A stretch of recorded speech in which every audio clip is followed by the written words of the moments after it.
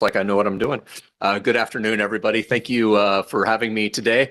And as always, I really appreciate Poulsbo's trust in me as your city lobbyist, which I've been doing for coming up on 8 years now, I believe. So I have gotten to know and love the community just as much as my hometown of Bremerton. So it's an honor and a privilege to do that. So I emailed you the presentation that I'm going to give to you. So if I go too fast or you didn't catch something, you have that in your email. But feel free to stop me at any point and ask questions. And we'll get started. So almost a month ago on March 12th, the legislative session ended its short session on time. This was a 60-day session because it was a supplemental year. The odd years are longer sessions, which go 105 days. So that will be next year. The primary focus of this session is to pass the supplemental budgets. It also takes on the bills that were introduced in the first session, and then also any new bills that were introduced for this session. So we had about 3,000 bills that were introduced. Of those, about 300 passed and were signed by the governor. So about 10% approval rating. So in regards to the budget and revenue, Poulsbo had 2 budget successes in the supplemental budget process. As expected, Representative Nance led the effort to obtain $258,000 for Poulsbo's Liberty Bay Waterfront Boardwalk. In a last-minute surprise appropriations led by Representative Simmons, $100,000 was secured for the North Kitsap Recovery Center. And I'd like to give a shout out to Kimberly for recognizing the budget cut that was going to happen to the recovery and cafe program and at the state level and its impact on the local North Kitsap location. And so Representative Simmons was able to secure $100,000 in the budget. Yeah. Please, our council, special regards. I know we've had individual communication, but both to Representative Nance, Representative Simmons, much appreciated. And if you're able to stay with us this evening, Brian, I know sometimes you have a full schedule. We have the coincidence of an extensive report from Kimberly Hendrickson tonight on the breadth of her programs. Oh, great. Yeah, I'll stick around for that. And so I also want to highlight Senator Hansen's support as well. Things get introduced on the House, and if they're not strongly supported on the Senate, sometimes they don't make it all the way through. So without Senator Hansen's support for both of those items, we were successful. Yes. So Senator Hansen also took the lead in the Senate on extending the credits for advanced placement testing that had been removed. And that's going to make a big difference for those both really at the high school level seeking advanced placement. And so that was wonderful news with Olympic College in Western Washington here, University.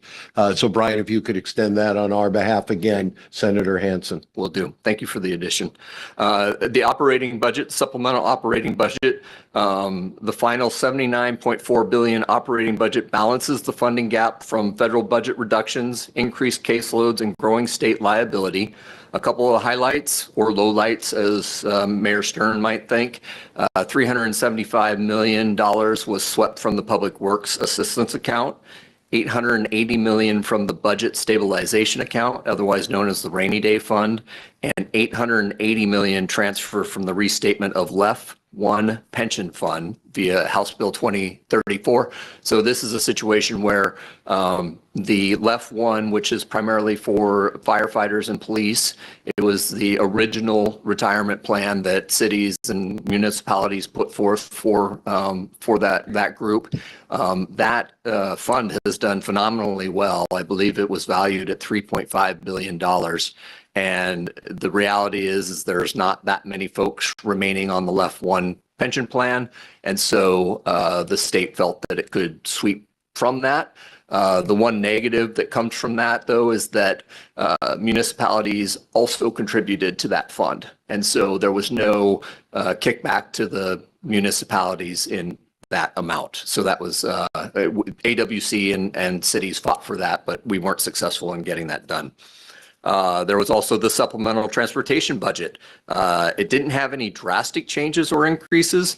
Governor Ferguson did initially propose about a $3 billion package at the beginning of session that would have been funded through bonding, but about only billion of that was done, and the billion was done for maintenance and preservation primarily.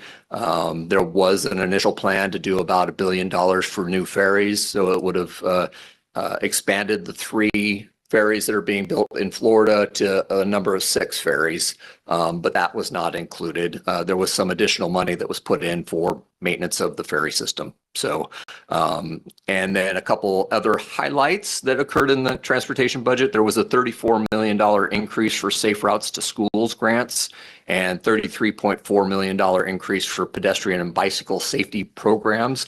And those are available to cities to apply for. So, just real quick, the people who represent the Left One pension also very strongly spoke out against that sweep. yes, Because most of the people that are covered by it at this point are in their 70s, 80 years old, and weren't speaking for themselves.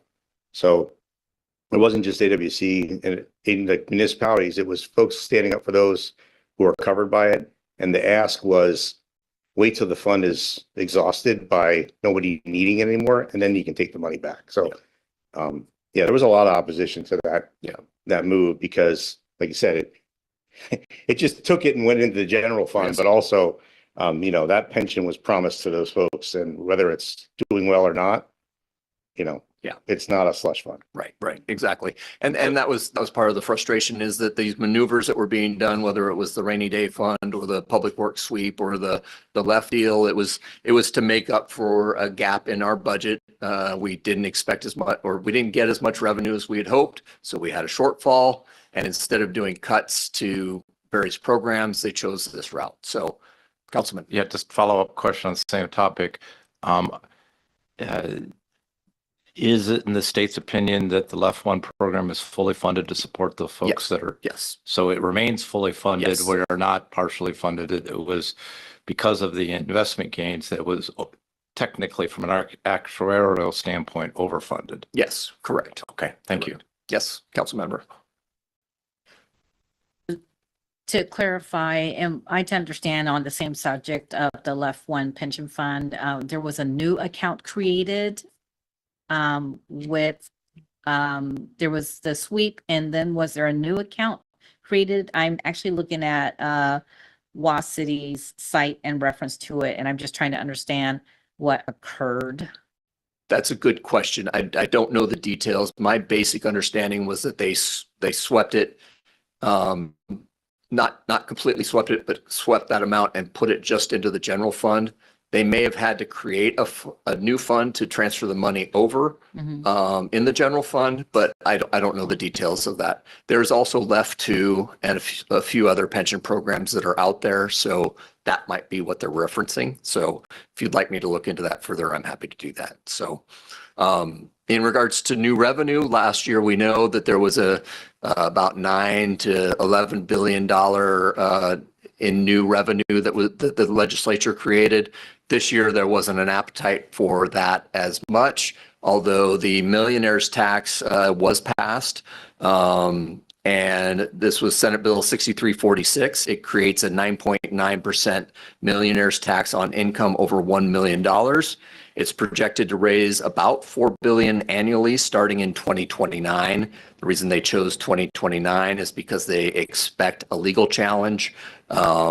Many people believe that it's unconstitutional based on a 1929 state Supreme Court ruling that said income is property and that the state can't tax property. So it'll go to the courts. State Supreme Court will review it and probably make a decision on it.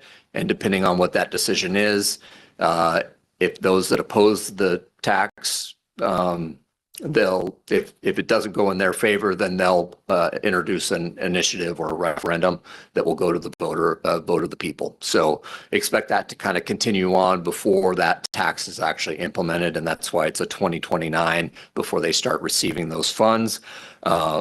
The kind of good news is that because of some of the program, the taxes that were cut in return for the new revenue, there was B&O taxes, there were some retail sales taxes. So about 25% of the 4 billion in new revenue is going back to people as a tax break. 200 of that annually will be allocated to cities and counties to make up for the lost sales tax revenue, and to help support a few other things. Initially, the Senate Bill 6346 actually had $150 million going to indigent defense, which is an increasing cost that cities and counties are experiencing as a result of a Supreme Court decision last year or the year before. And so we didn't get the indigent defense support, but we did get the 200 million that will be allocated through a computation that I'm not familiar with. What was the final on the sales tax holidays? I know there was a couple different things that were presented. What did the end? Yeah, in the end, there were no sales tax holidays. There were sales tax exemptions on diapers, bathroom products, and a few other hygiene related type issues. But that's about the extent. Okay. I know they talked about baby products. I didn't know how extensive that was. But the 4 days after Thanksgiving did not make it into the final version. Okay. No. 'Cause And that would have had a pretty that would have huge, been pretty devastating. yeah, it would have had a huge impact on local communities with their sales tax revenue.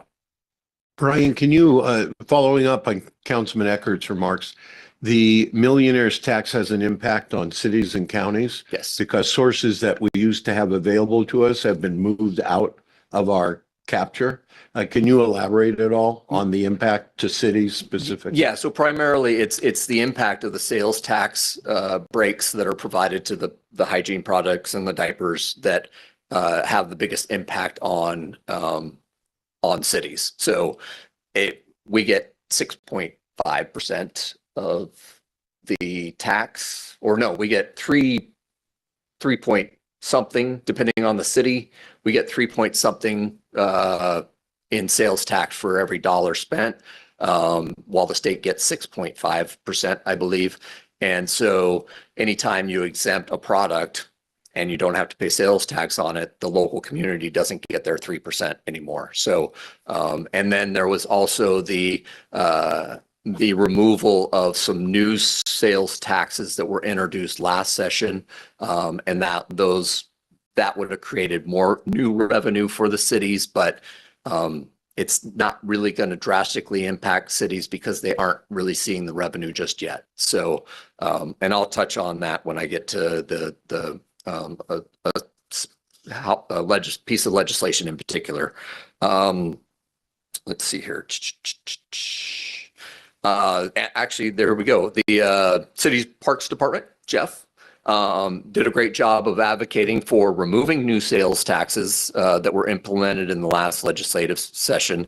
These sales taxes would have impacted before and after school programs along with other park department programs. So thank you, Jeff, for your effort on that. That was very much appreciated. And that's all for bills and revenue. Jumping over to bills of interest to the city. House Bill 2266, known as the STEP housing legislation. This requires cities and planning counties within urban growth areas to allow transitional housing, permanent supportive housing, indoor emergency housing, and indoor emergency shelters in appropriate zones and prohibits more restrictive local standards than those for similar developments. It also mandates administrative design review, allows contracts and limited certification requirements with providers, and requires jurisdictions to meet projected shelter needs. Local comp plans must be updated to incorporate the act within 2 years. What we're seeing in Olympia is a push. Obviously, we have a housing crunch, a housing crisis, and everybody blames everybody else for the reason why we have that crisis. And right now, cities and counties are kind of in the target zone for that criticism. Saying that we are, we're the ones that are causing the delay. We're the ones that are causing the increase in costs. And so what we're seeing are some groups teaming up together that don't normally team up together, bringing progressive and conservative sides together and kind of attacking the cities. And so what we're also seeing too is that the legislature, and this is kind of the reason House Bill 2266 was created, is that there are some municipalities that are becoming bad examples in regards to shelter and low income and housing restrictions. And so because of one or two bad apples, the legislature kind of does a large, vast paintbrush over everybody. And we all kind of get the impact regardless of how good we're doing on our own. Yes, council member.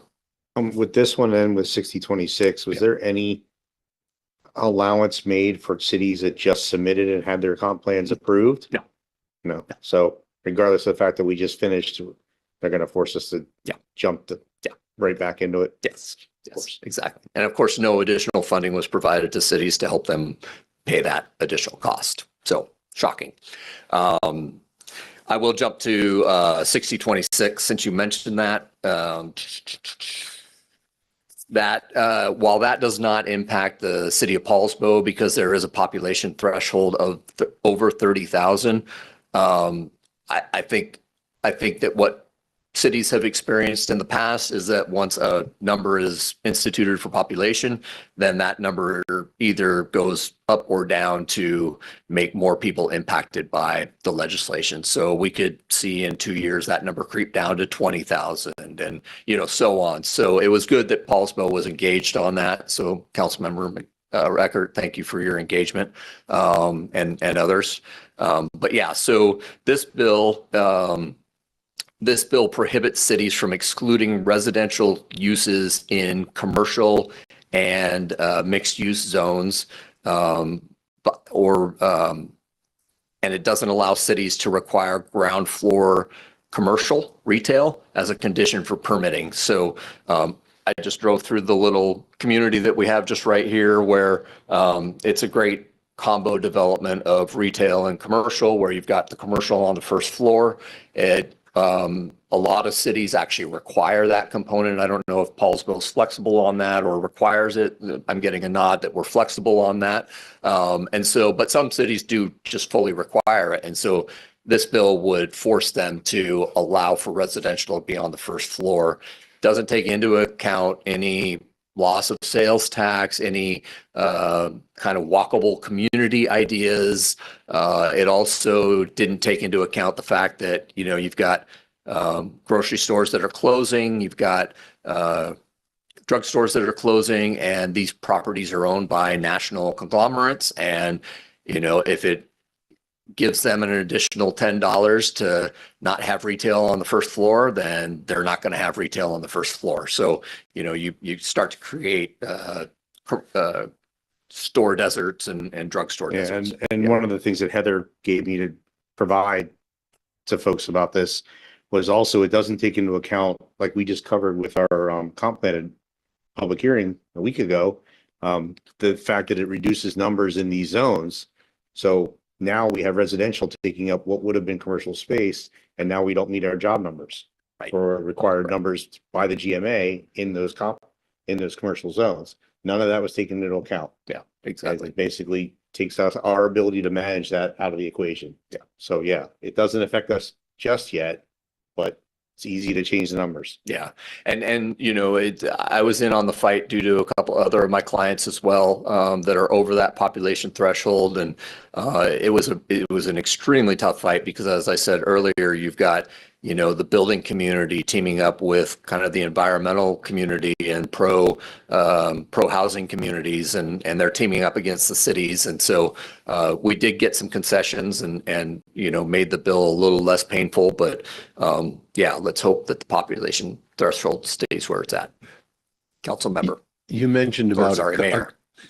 A couple cities create a bad reputation for all the cities. Yeah. I just want to point out and give a shout out to the city of Poulsbo, the Sophie apartments across the street here being a great example of with our planning commission and then city council approving that conversion of first floor space to residential so that it could respond to market conditions, as long as the fit and finish accommodate commercial in the future, that it could be accommodated. So that was an early adoption of a very good flexible approach. Now the state's mandating it, but really most of the cities can come up and meet the challenge. Yeah.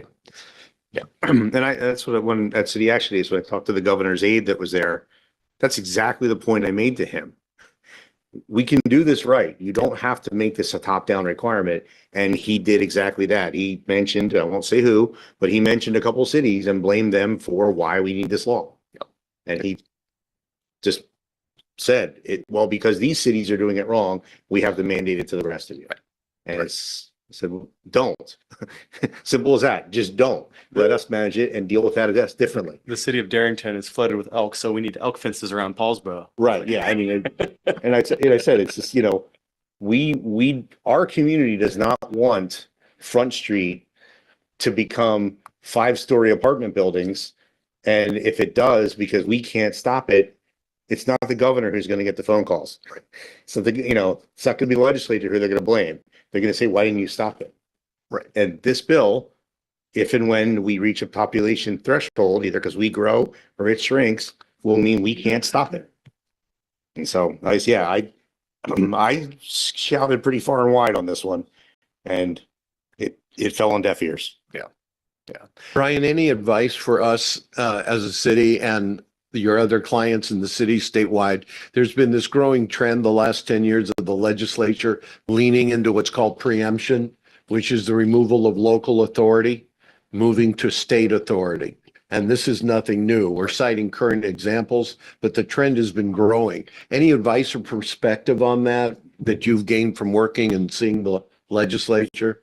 Well, I think the best path forward is educating our legislators, right?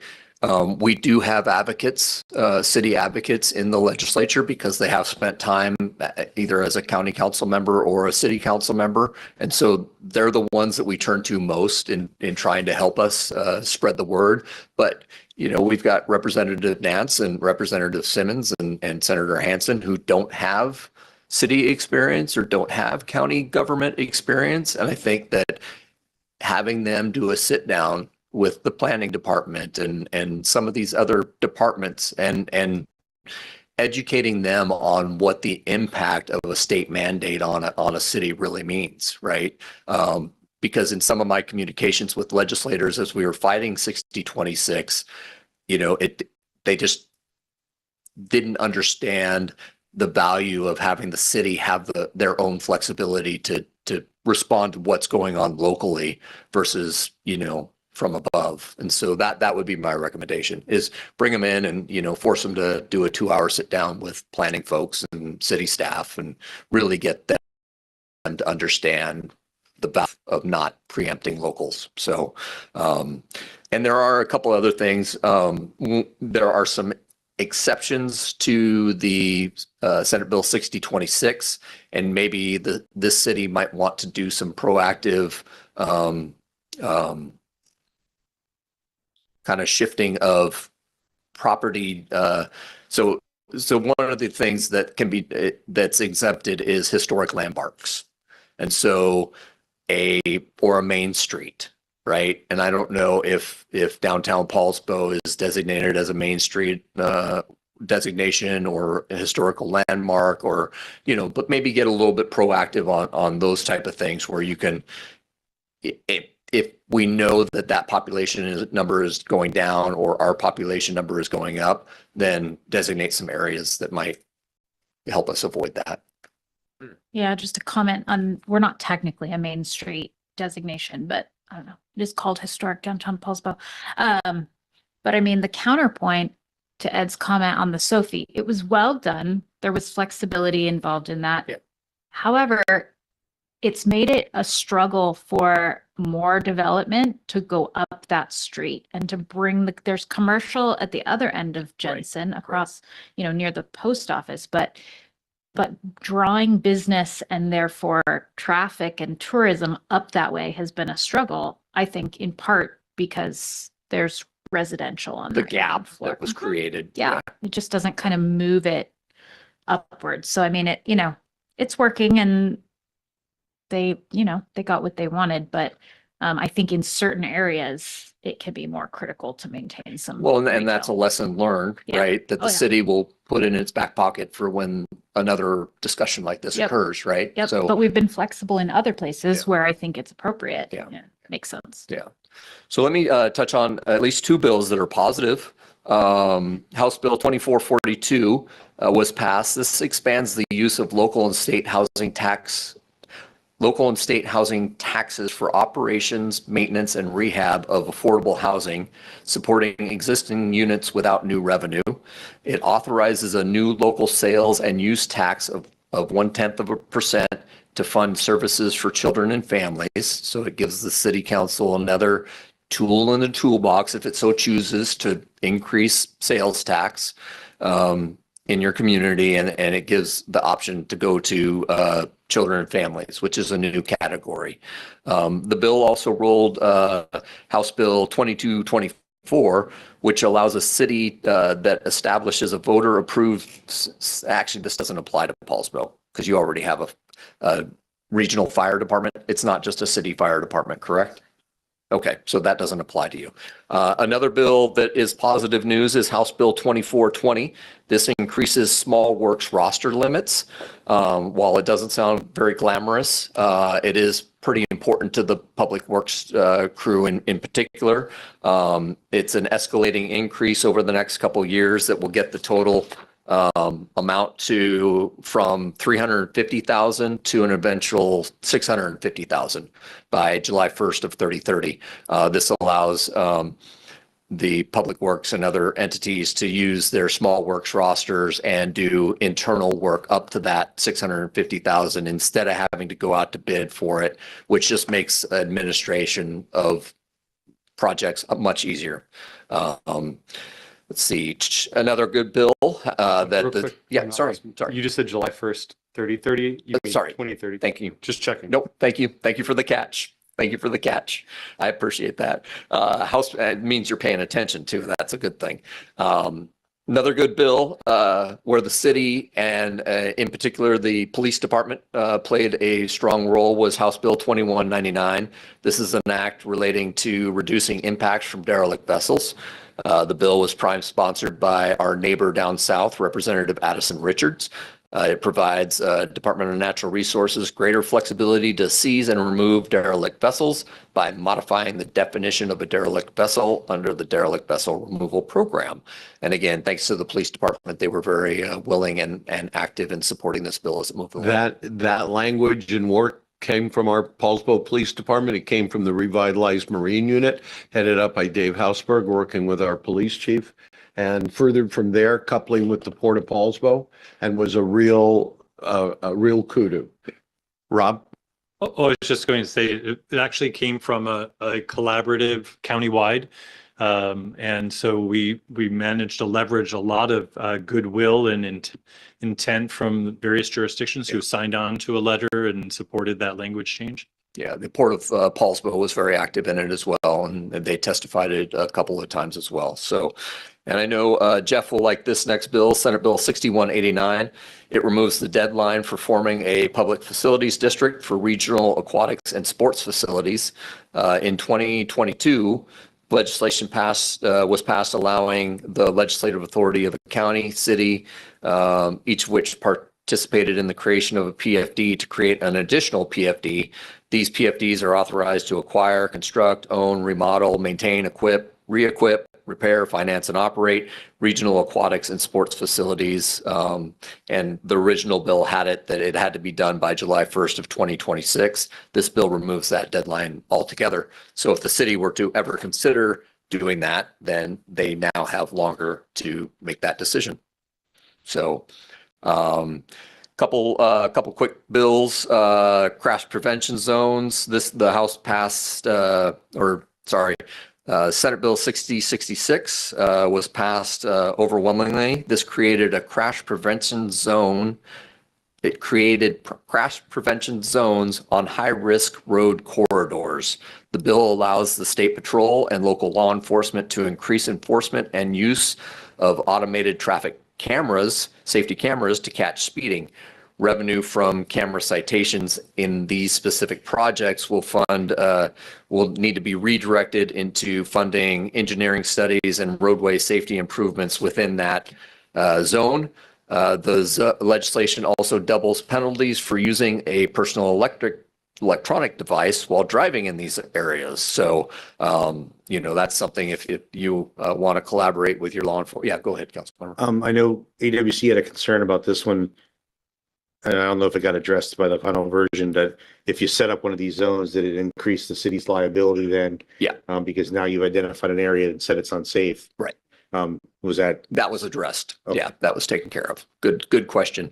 Another bill that is causing a lot of huffing and puffing is the automated license plate reader regulation. Senate Bill 6002 creates the first statewide rules for automated license plate readers in Washington State. The bill was passed with bipartisan support.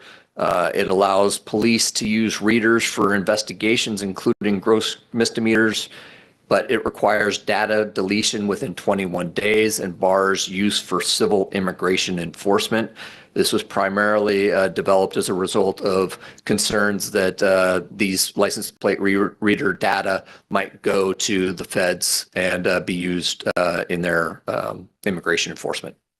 Does that 21-day deadline change if there's charges filed? I can ask Chief. I believe it does. Yeah, I think once it's used in an active case, then you don't have to delete it anymore. Or So, just moves to the prosecutor's office or something? yeah, exactly. It just seems very short for conviction, prosecution, Right. all that. Right. Yeah. A lot of it had to do with, the amount of data that's collected by these license plate readers is immense. Right. And so they just didn't want all that data to be held for a long period of time. So I think once action is taken on something like that, then originally it was proposed only 7 days, which would have been very challenging for folks. Yeah. Just kind of a quick note on that. Yeah. I'd be interested in keeping an eye out on Amazon's Ring has done partnerships with police forces, but then they briefly had a deal with Flock and ICE and then revoked that due to large public backlash. So something to keep an eye on as, more surveillance becomes not just, city owned, but in a weird way, public privately owned as well. Yeah. And I think we saw that with the case of the Today Show's mom down in Arizona. The Ring had been deactivated and not paid for, but it was still collecting information. So, and they were able to use that information to try to find a suspect in the disappearance of the individual. So, yeah, a little scary to know that that's going on. And I believe that the Pierce County Sheriff has threatened that he will not be using license plate readers as a result of the passage of this legislation.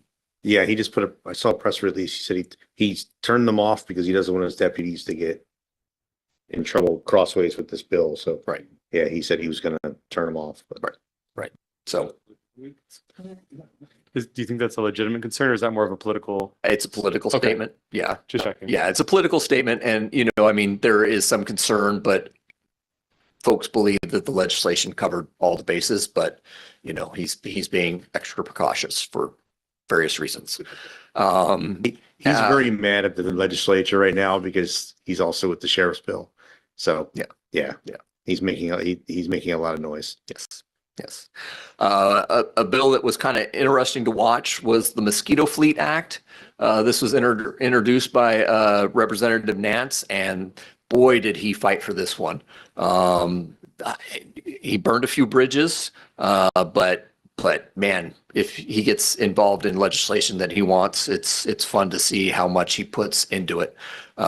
It did die because the Senate Transportation Chair, it's unknown if it was a personality conflict or if it was an actual concern about legislation.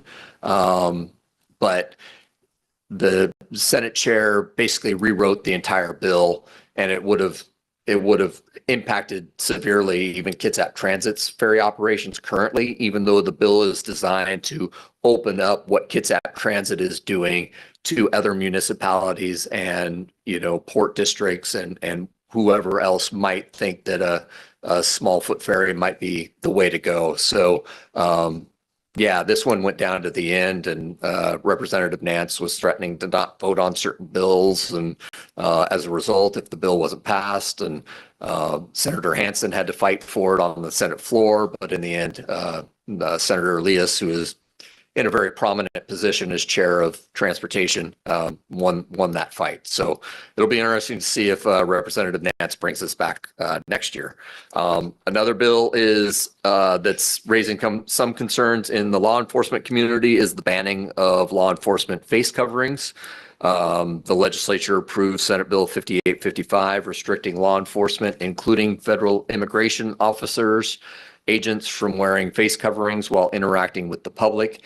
A pretty good fight by AWC and police supporters was to create some exemptions, such as SWAT, PPE, religious coverings. If you have noticeable identification, then that allows you to have face coverings. So there was some work being done.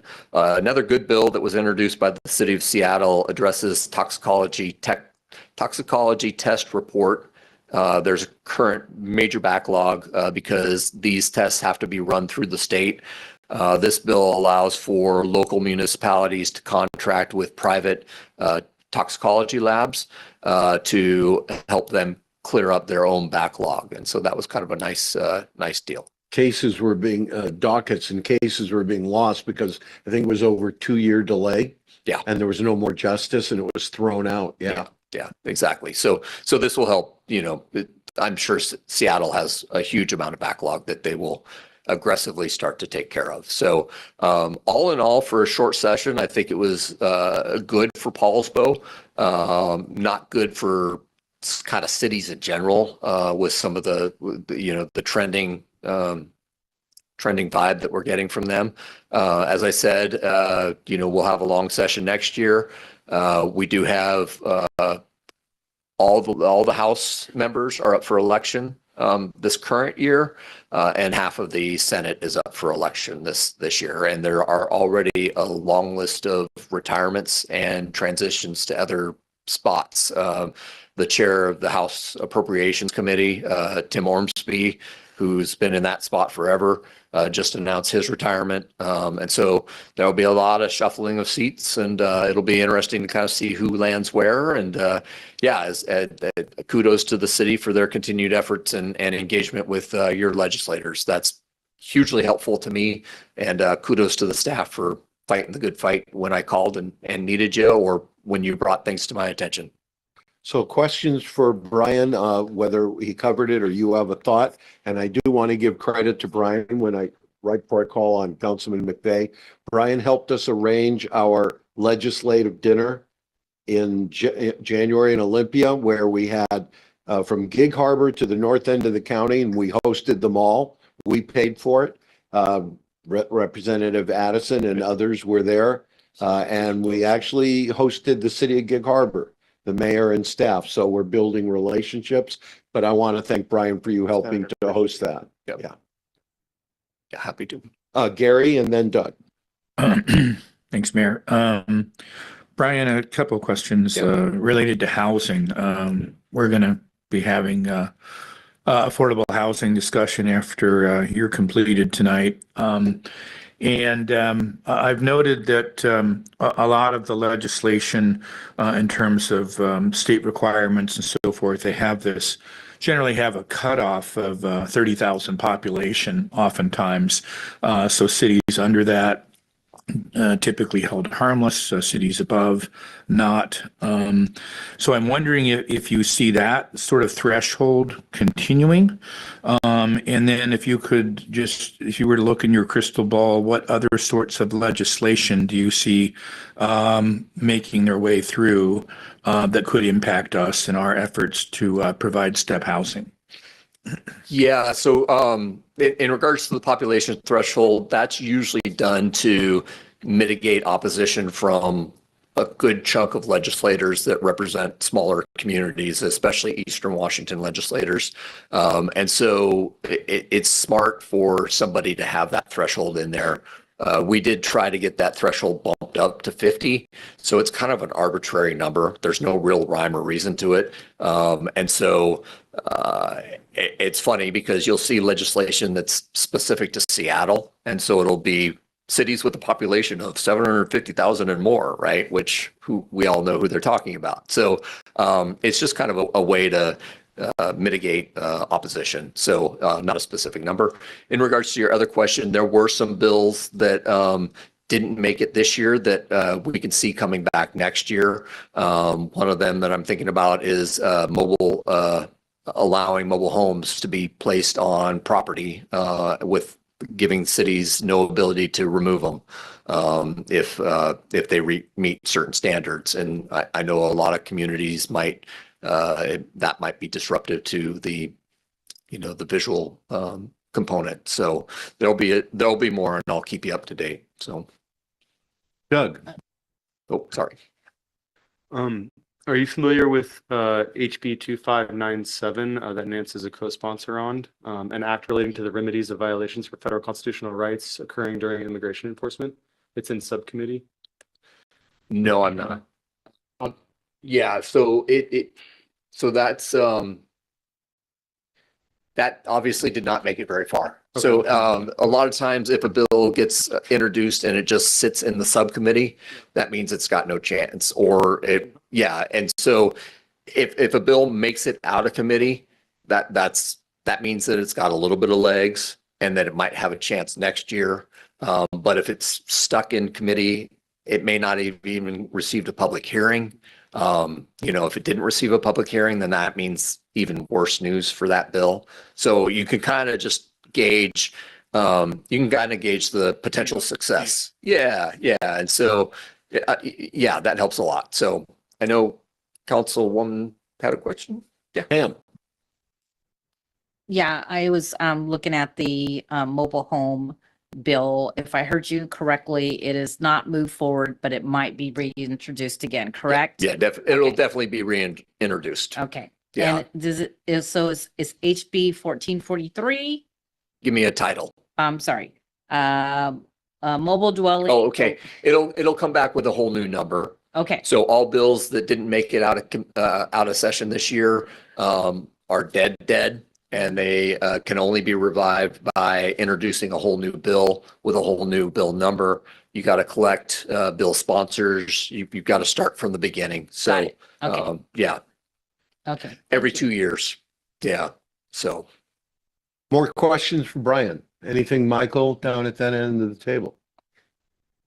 I have a question kind of for you and Brian. I don't know who's better to speak, but I'm sure Ed will want to, but I'm sure he will. This is on his wheelhouse, but Gary and I have a strong interest in the long-term planning of our infrastructure, and I'd love to know how this public works sweep is going to impact our planning here in the city in the years to come. I mean, do we expect this to be a substantial impact, or are there ways we can mitigate this? What does this mean for us going I'll forward? defer to the mayor. So the Public Works Assistance Account is structured as a revolving loan program where nominal interest rates, which are a real break for cities, counties, special purpose districts, we're able to borrow. And then that money's recaptured in the assistance account and relent out, both the principal and the interest. The diversion this year was backfilled by bonds from the state of Washington, which means we don't recapture part of that money. It's not held by us. It's not being returned to us. The interest is being paid to investors in the form of municipal bond holders. So they did attempt to backfill, but it does strip out the future value of money and our ability to expand the program. At one point, our own award for our intertie with Kitsap County at the Brownsville plant was threatened. But by the timing on one of the sweeps with the governor, the 75 million, by dating that for June 30, 2027, the last day of the biennial period, we had enough cash flow coming in to protect last fall's award. So that was a real dogfight I was in the middle of. We weren't going to lose our award and the other 35 awardees. But Michael, it does affect the future value and our ability to continue to make more. Unfortunately, they consider that account a shared revenue account. Many people refer to it as a public works trust fund. I've been working very hard to disabuse people. It's not a trust fund. They consider it a rainy day fund. So, great. Yep. You mentioned that, if they don't make it so far, they have to come back, start over. Because this is the short session? Yeah, it's the end of the 2-year biennium. Okay, because there was one that was introduced well into basically like 10 days before the session ended. Senate Bill 6358. That because there was absolutely no chance of passing it. It was well after all of, and it was interesting. And so it seemed like it was done just as to make a point. Yep. And because of the timing, it would have to completely start over then? Yeah, Okay. exactly. Yeah, and that's not uncommon. Even the bill that you referenced, that might just be a statement bill of, hey, watch out, or we're keeping an eye on you type of a thing. So, yeah. Yeah, that was a bill that basically said any corporation, LLC, limited partnership or nonprofit that spent money trying to defeat a ballot measure or influence an election could have their corporation revoked in the state of Washington. Yeah. So if you don't like something the legislature does and you spend money on it, we will take away your articles of incorporation in the state. Yeah. That was introduced right at the end of the session. Yeah, and again, there were 3,000 bills introduced, and so you could probably find about 200, 300 that are just nasty, and are just vindictive. So, that might be what that's doing. So yeah, it's a game. It's a game. Doug, Are you familiar with the, let me find the name of it. Apologies, I don't have this pulled up. I'll email it to you, but basically it was a state creating a bill to remove the power of Citizens United because of kind of similar, like the corporations in that state wouldn't, like have the power to influence elections. So Right. They have the right to, but not the power. They're granted by the state. Yeah, and again, I'm sure it didn't go very far, right? And so, I'll email you. all right, yeah, cool. I'd be curious to see. Yeah. And so one of the things that the council might want to start doing is thinking about, as we move over the next couple months, what issues are important to you, what you see occurring that might need to be done at the state level, or things that you're hearing about in your conversations with other cities that we need to be prepared for, so that when I pop back up at another council meeting in November, you can give me some marching orders. So. Yeah, it's the derelict vessel is a perfect example. Yeah. We brought that up. We shopped it around to the other municipalities, to including the tribes. When we had our dinner, the legislators that came to the legislators that came to that dinner were all for the 26th. Ours in the 23rd and the 35th couldn't make it, right? But it was all the 26th that were there, and we were able, who we don't normally spend a lot of time with, and that's who pushed the bill forward that we were after. And I heard from Mercer Island and Port Townsend about supporting that bill just because of talking about it in AWC things. Yeah.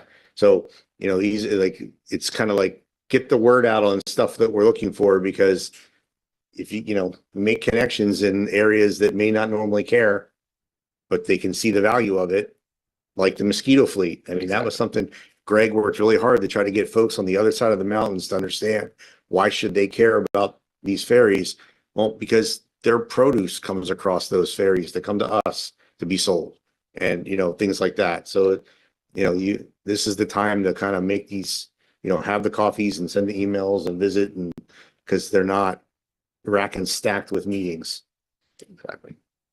so in closure here, two things to clarify Rick's remarks. The two legislators we had, he's mentioned Representative Addison Richards, who carried the derelict bill. We also had the newly minted State Senator Deb Krishna Dawson. Good job on And she's been pronunciation. very That's supportive a tough one. of our efforts in higher education. Yep. And helping to move high school students on guided pathways into like Olympic College Allied Health Center, and the hoped for expansion of Western Washington University. So I'm going to end on that note.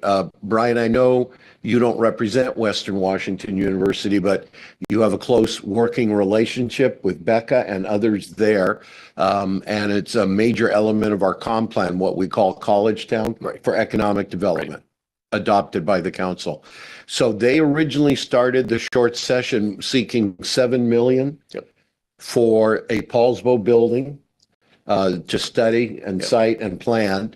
They willingly withdrew that. I hear they might be coming in for a very large capital request. For the council, can you shed some light on that as your best understanding? Yeah, I haven't had a briefing with them yet. We always let the dust settle after session, and so we don't really start having conversations until, 2 months after session. So I'll have those conversations. The one good thing about as the state continues to increase the amount of revenue that is coming into the coffers, that increases the amount of what the capital budget can expend. And so, yes, we're paying the price with an additional 2 billion in spending or whatever, but that does create more money in the capital budget. So, The capital budget's a relatively healthier, albeit impacted, of the budgets. Here's the last thought as you go into the new session. There had been some conversation of merging Olympic College with Western Washington University. That didn't get any traction, and a number of us are glad it didn't. But it does provide an opportunity you might keep in mind, which is if Western goes seeking, I think it's some 71 million for a Poulsbo specific building. There's the example of when University of Washington at Bothell started their extension campus. When they received capital funding, they were able to incorporate Cascadia Community College into that building and co-locate rather than Cascadia having to get in line for the Board of Community and Technical Colleges.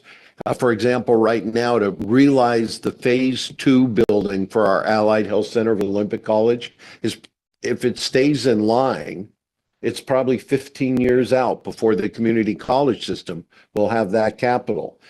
The 4-year universities go straight to the legislature. And so, Brian, if you could keep in mind the idea of Olympic College being able to piggyback to whatever extent with any realized funding for Western Washington would further the expansion of the campus here for the training of our high school students and others into the much needed healthcare career fields. Yeah, and with the appointment of the new OC president, I'm sure many of you will have conversations with her before I get a chance to. So if you get any type of feedback in regards to those type of issues, I'd love to hear from you. And I'll just end on this note. It's the #1 priority of the Board of Trustees in Bremerton to see the expansion of the allied healthcare in Poulsbo. And so that is, as much as other priorities, her walking orders as she gets into the job. So we all need to bear into that. And that is all centered right here for our high school students and others. So thank you very much, Brian, for your hard work, and keep us informed and keep us pointed in the right direction.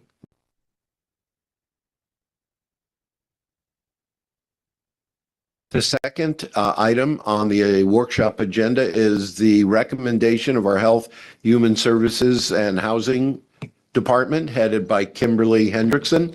This will be a report in part on the ad hoc Affordable Housing Committee. But walk us through everything, Kim.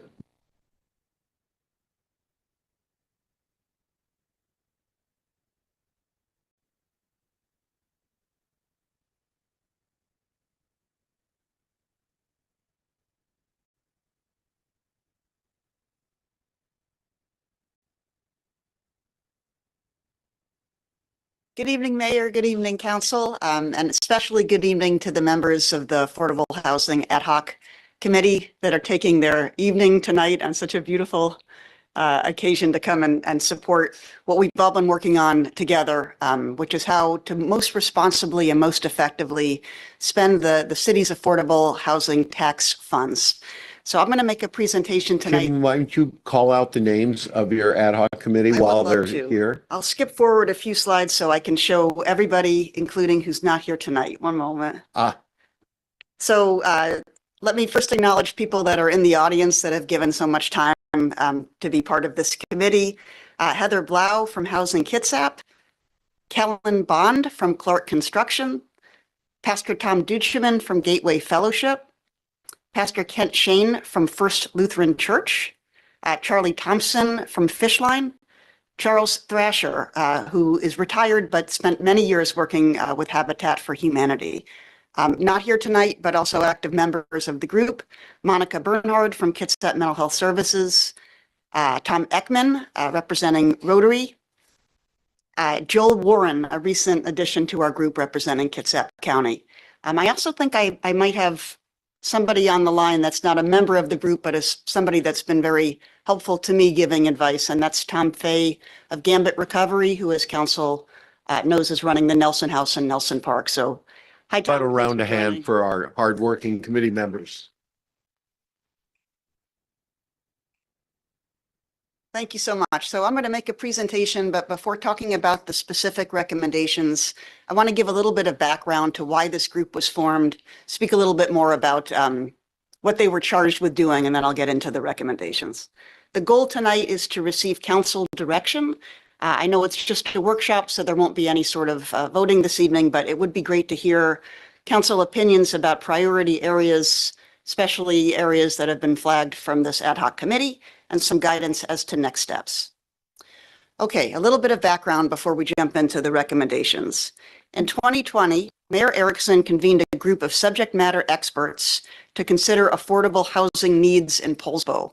And I think of everybody on the ad hoc housing group, Tom Duchemin might have been the one person that was a part of that earlier group. So this makes two efforts Tom's been involved with. Thank you so much for your volunteerism.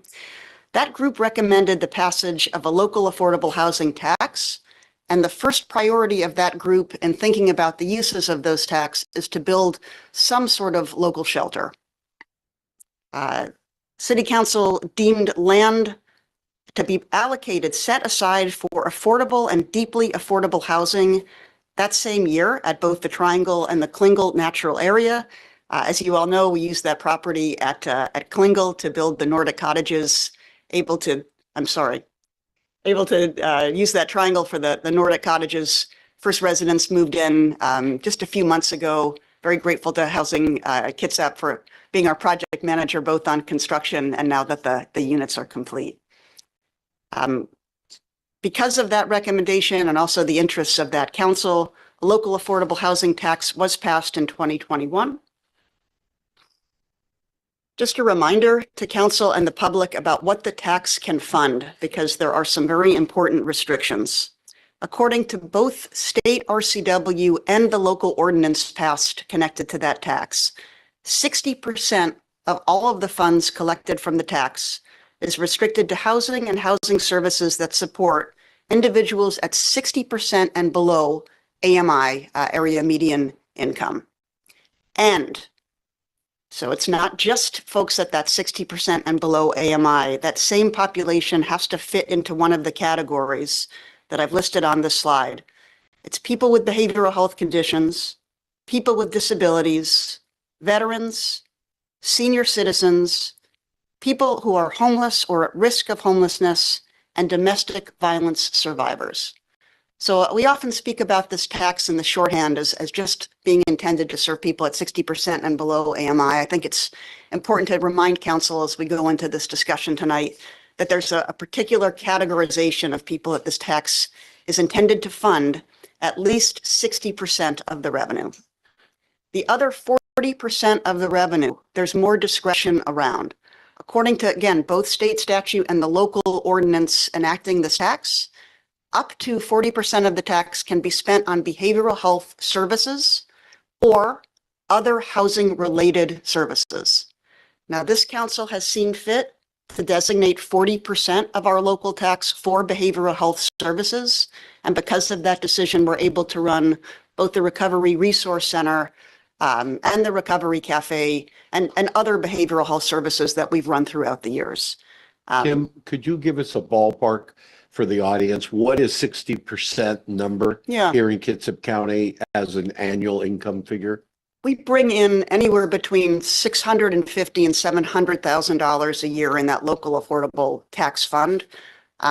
Last budget cycle, we estimated that $260,000 a year was available to us to use for behavioral health services. And when we talk about individuals qualifying, they have to be below that AMI. What do they look like as a number of yearly income or less to qualify? I'm sorry, Mayor, for the 60% or the 40%?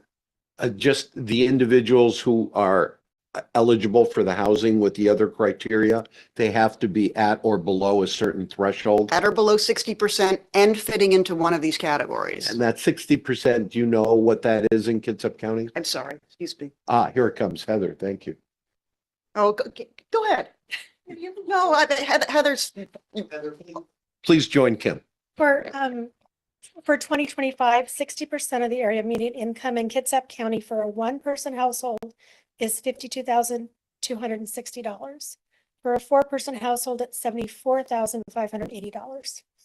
That's what you were looking for, right? Thank you. Yeah, you bet. Thank you. And Heather heads up Housing Kitsap. It's a pleasure to be on your board. Thank you. Thank you, Mayor. I apologize for not understanding the question. This is why it's so wonderful to have an ad hoc committee to fill in the blanks. That 40% portion. Heather, can you repeat that in the mic just to make sure? Sure, that the 40% portion is not restricted to The AMI numbers. I don't think they made it into the, 52,000. yeah, say it into the, So it was 52,000 for an individual or less. And for a family of four, Heather told us it was about 75,000 Okay. or less to qualify for these programs. Thank you. That 40% that council has designated for behavioral health services, I'd like to just point out that there is a very tight nexus to housing. What we have found in Poulsbo is that if we can handle people's issues before they lose housing, if we can provide services to people to connect them with the support that they need, it helps to encourage housing stability. And that relationship between behavioral health services and housing stability, especially for very low income people, I think was part of the state legislators' vision of why they designated up to 40% to be used for those other purposes. In terms of how we've used these funds in Poulsbo, this is a very rough picture that shows how we've been using our funds. Happy to come back with more detail if needed.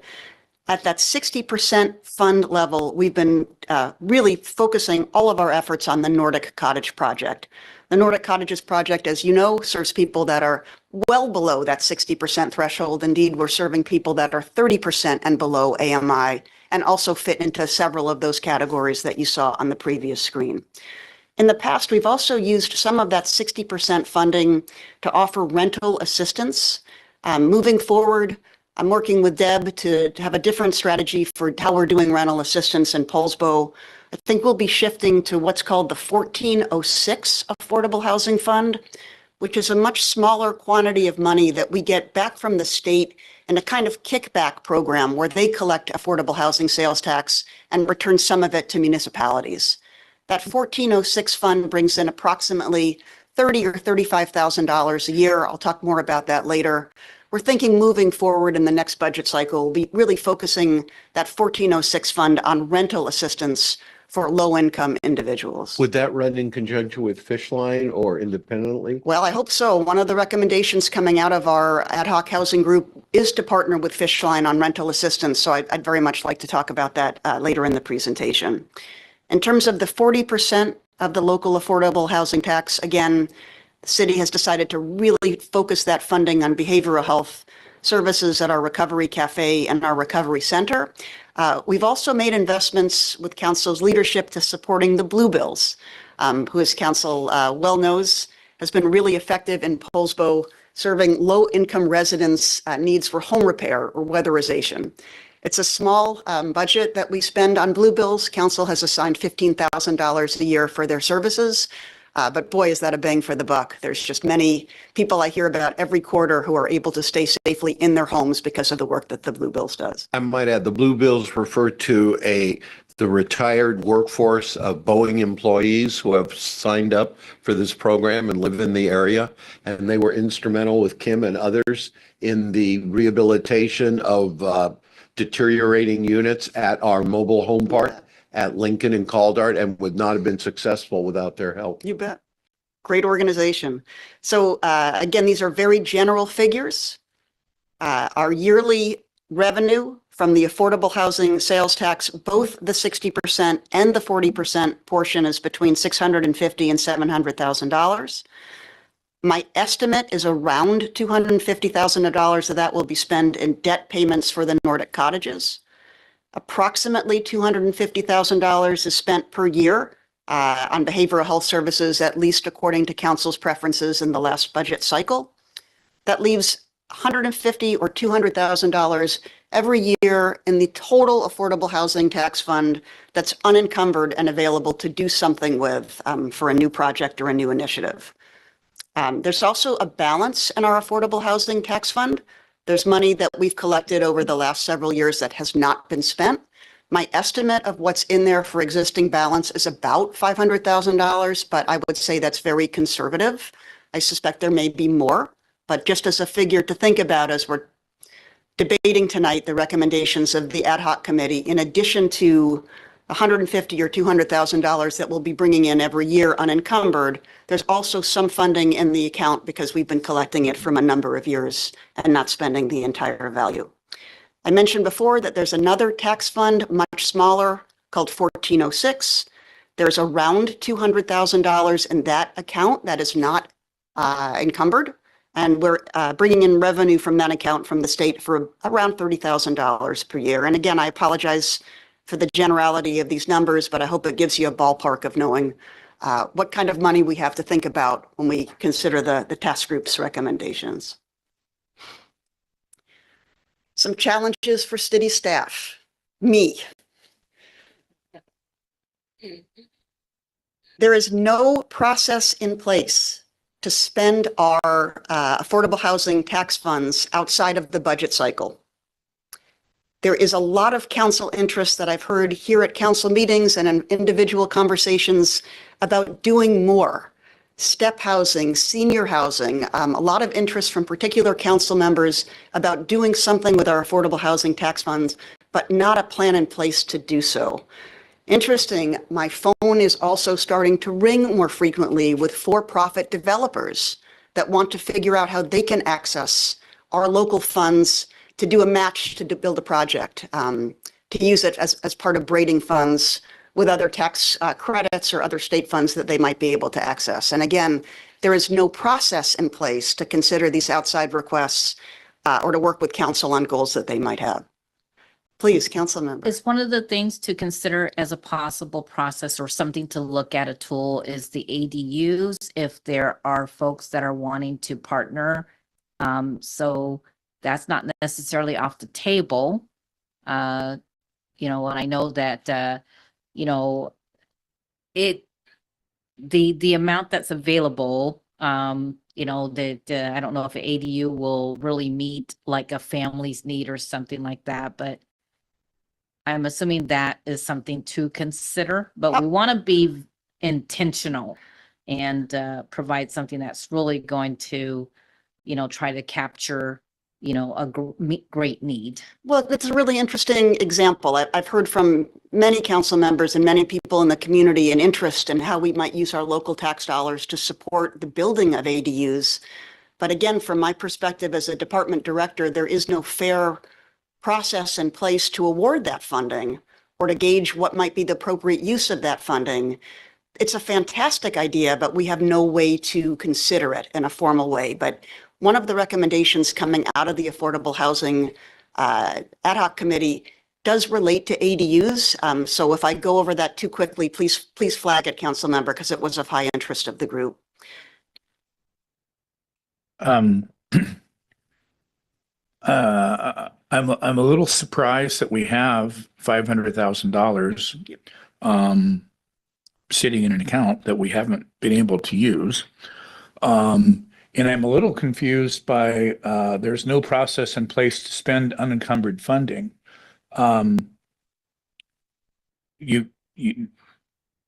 Why couldn't you meet with the mayor and City Administrator Gelder and bring forward to council a proposal for spending unencumbered funds? I mean, is that not possible? Am I missing something? Not at all. And it's kind of a circular challenge for me as a department director. Because council sets the policy, I keep waiting for council to bubble up with an idea about what they'd like to do so I can then work with the city administrator to figure out a plan to bring back to council. Well, that's why you have $500,000 sitting in an account. Well, I think I appreciate your faith in us and that these things would bubble up, but bear in mind that we are part-time employees and well, no, we're not even employees. We get an honorarium. Okay. And we don't have, we're training in this area.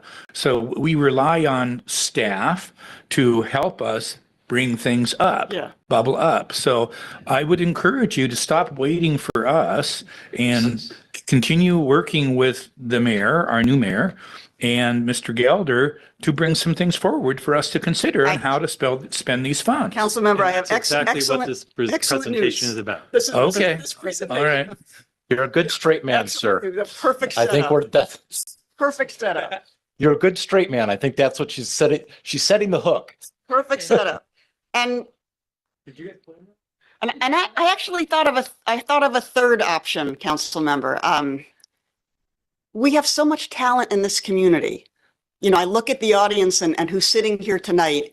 These are people willing to give up their time and their expertise to actually work as volunteers to make suggestions for council to consider.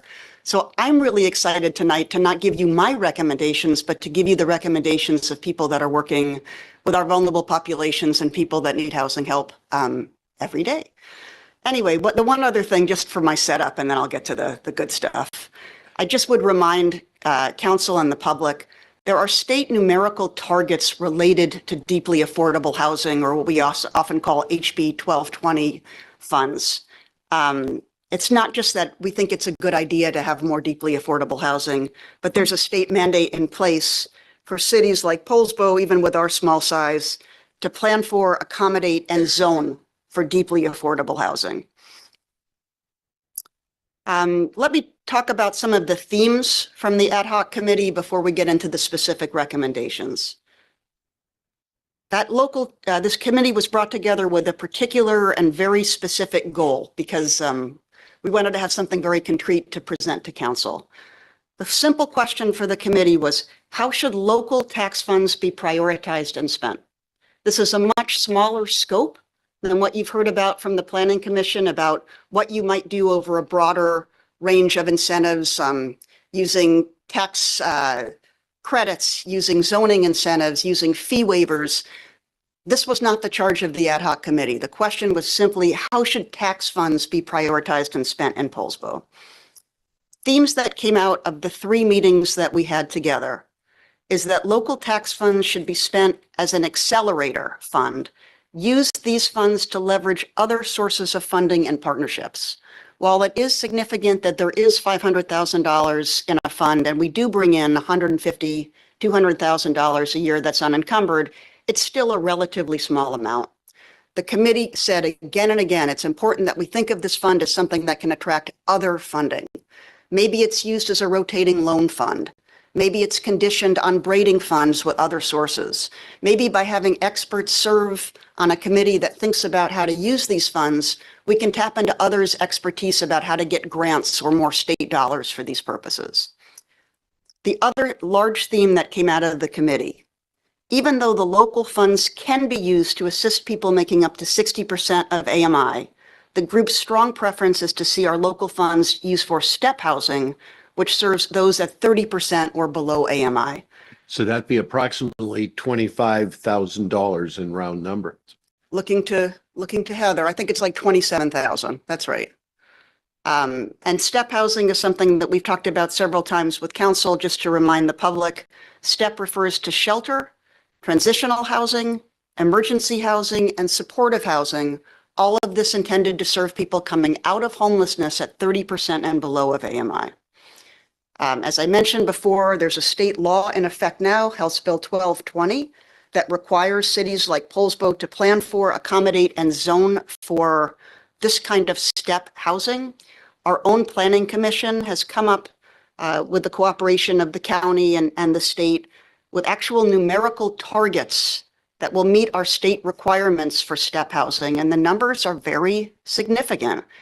This is a fall 2023 planning report from our planning department. The number of housing units needed in that step category in the city of Poulsbo are 377 over the next 40 years. 40 years? 20 years.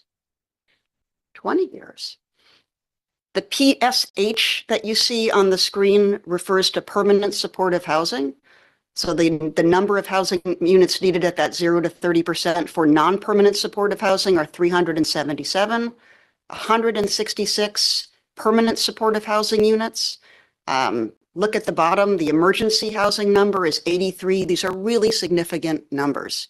So again, the ad hoc committee came up with recommendations to really focus on step housing, not only because of the need, but because of city numerical A targets. question from Brett. Not so much a question, but would it be beneficial at all to quickly maybe summarize what permanent supportive Yeah. housing entails? Yeah, I'll try to do it quickly, but this is a really complicated topic. But the idea, the concept behind permanent supportive housing is if you take people that are very vulnerable out of homelessness, they have many significant needs that just simply putting them in a home will not address.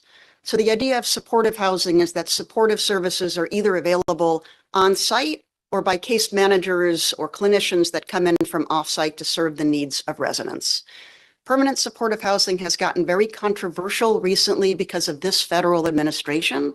I've been thinking a lot about permanent supportive housing, and I have some views on it that maybe on another occasion we could talk about together.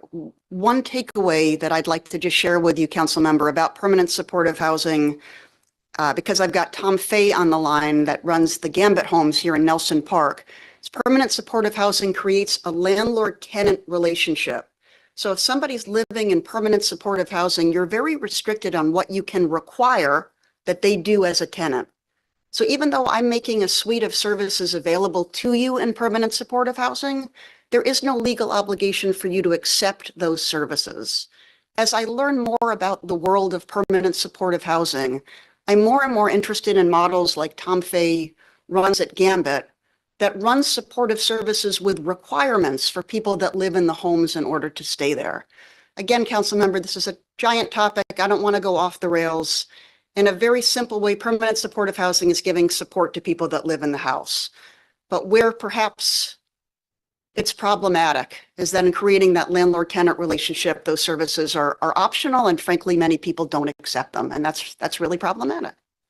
And it's really expensive. That's right. Can I draw one analogy? So if you look at the numbers of our targets and those two categories of 0 to 30% AMI, you combine those, that's more than the total number of units that will be coming online at the Oslo Bay Apartments. So just a moment of sobriety. Yep. So we have some housing units that meet these criteria, or are these in addition to what we already have? Those are the total that we need, but we have no permanent supportive housing in Okay. the city. We We have have no, some in some of the other Yeah. categories. Yes, that's right. Correct? That's Okay. right. It'd be helpful at some point to get current numbers so we can sort of see how far off we are You with the bet. allocations. That'd be very helpful. Doug Newell. sorry. Just for clarity, this is additional to existing. Oh, that's not what you said. The stretch goal. Right. So the total of the 1977, that's the additional housing units we need to go. We have approximately 5,000 in the city today. To support the growth goals over the next 20 years, we need to add 2,000 more housing units. And this is the kind of the sprinkling of them. Okay, I misunderstood. Now, that's why I misunderstood. And I will share the Eco Northwest report from 2025 that breaks down the actual units of housing that we have in each category versus the numerical targets. Rick? Right. And just to further clarify, it's not that we have to add them. It's that we have to make available That's the right. ability for them to add it. That's right. So we don't have to build 2,000 houses, units. We have to zone and make available. And then just the permanent support out, like Kim and I had a really long conversation about a month ago, because my understanding of what permanent supportive housing, it was a little skewed because all the trainings and sit downs that I've been in all focused on just one aspect of it. And so I got focused on that and thinking it was limited to that. It's actually a broader definition than is often presented. It's often presented just for behavioral and like substance abuse, behavioral issues, those kind of things. But as Kim read it to me and we looked at it, the definition is actually fairly broad. Because what I was looking at is like Martha and Mary and some of the Exactly. supportive housing there. And so I wanted to push an effort with our legislators to change that definition. And I don't know that necessarily we need to change it. We just need to get folks to recognize that it can include more than we tend to focus on. Because we do have a lot of senior facilities. Some of them are supportive and some of them are not. And so that took a good 45-minute conversation to just sit and talk about this, to understand it truly. Doug Newell. Yeah, so yes, Rick, of the 2000, that's what the community needs. Vast majority it will be because of private development occurring, things like Oslo, things like other developments occurring, the private investment in our housing. I think we can't, as a city government, provide 2,000 units. However, there are, in my viewpoint, certain things up there that the market will not provide. And that's where I think we as a government have a responsibility to try to partner and work with others here in the room for that subset where the market won't deliver it, where we have to figure out creative ways to be able to support those members of our community that need those types of housing. Yep. You want to give us a couple of examples? Doug Tabor. Well, I think we've got a couple that we've kind of been working on. The Nelson House that fits in this. We have a partnership up in Kingston for some housing in that area.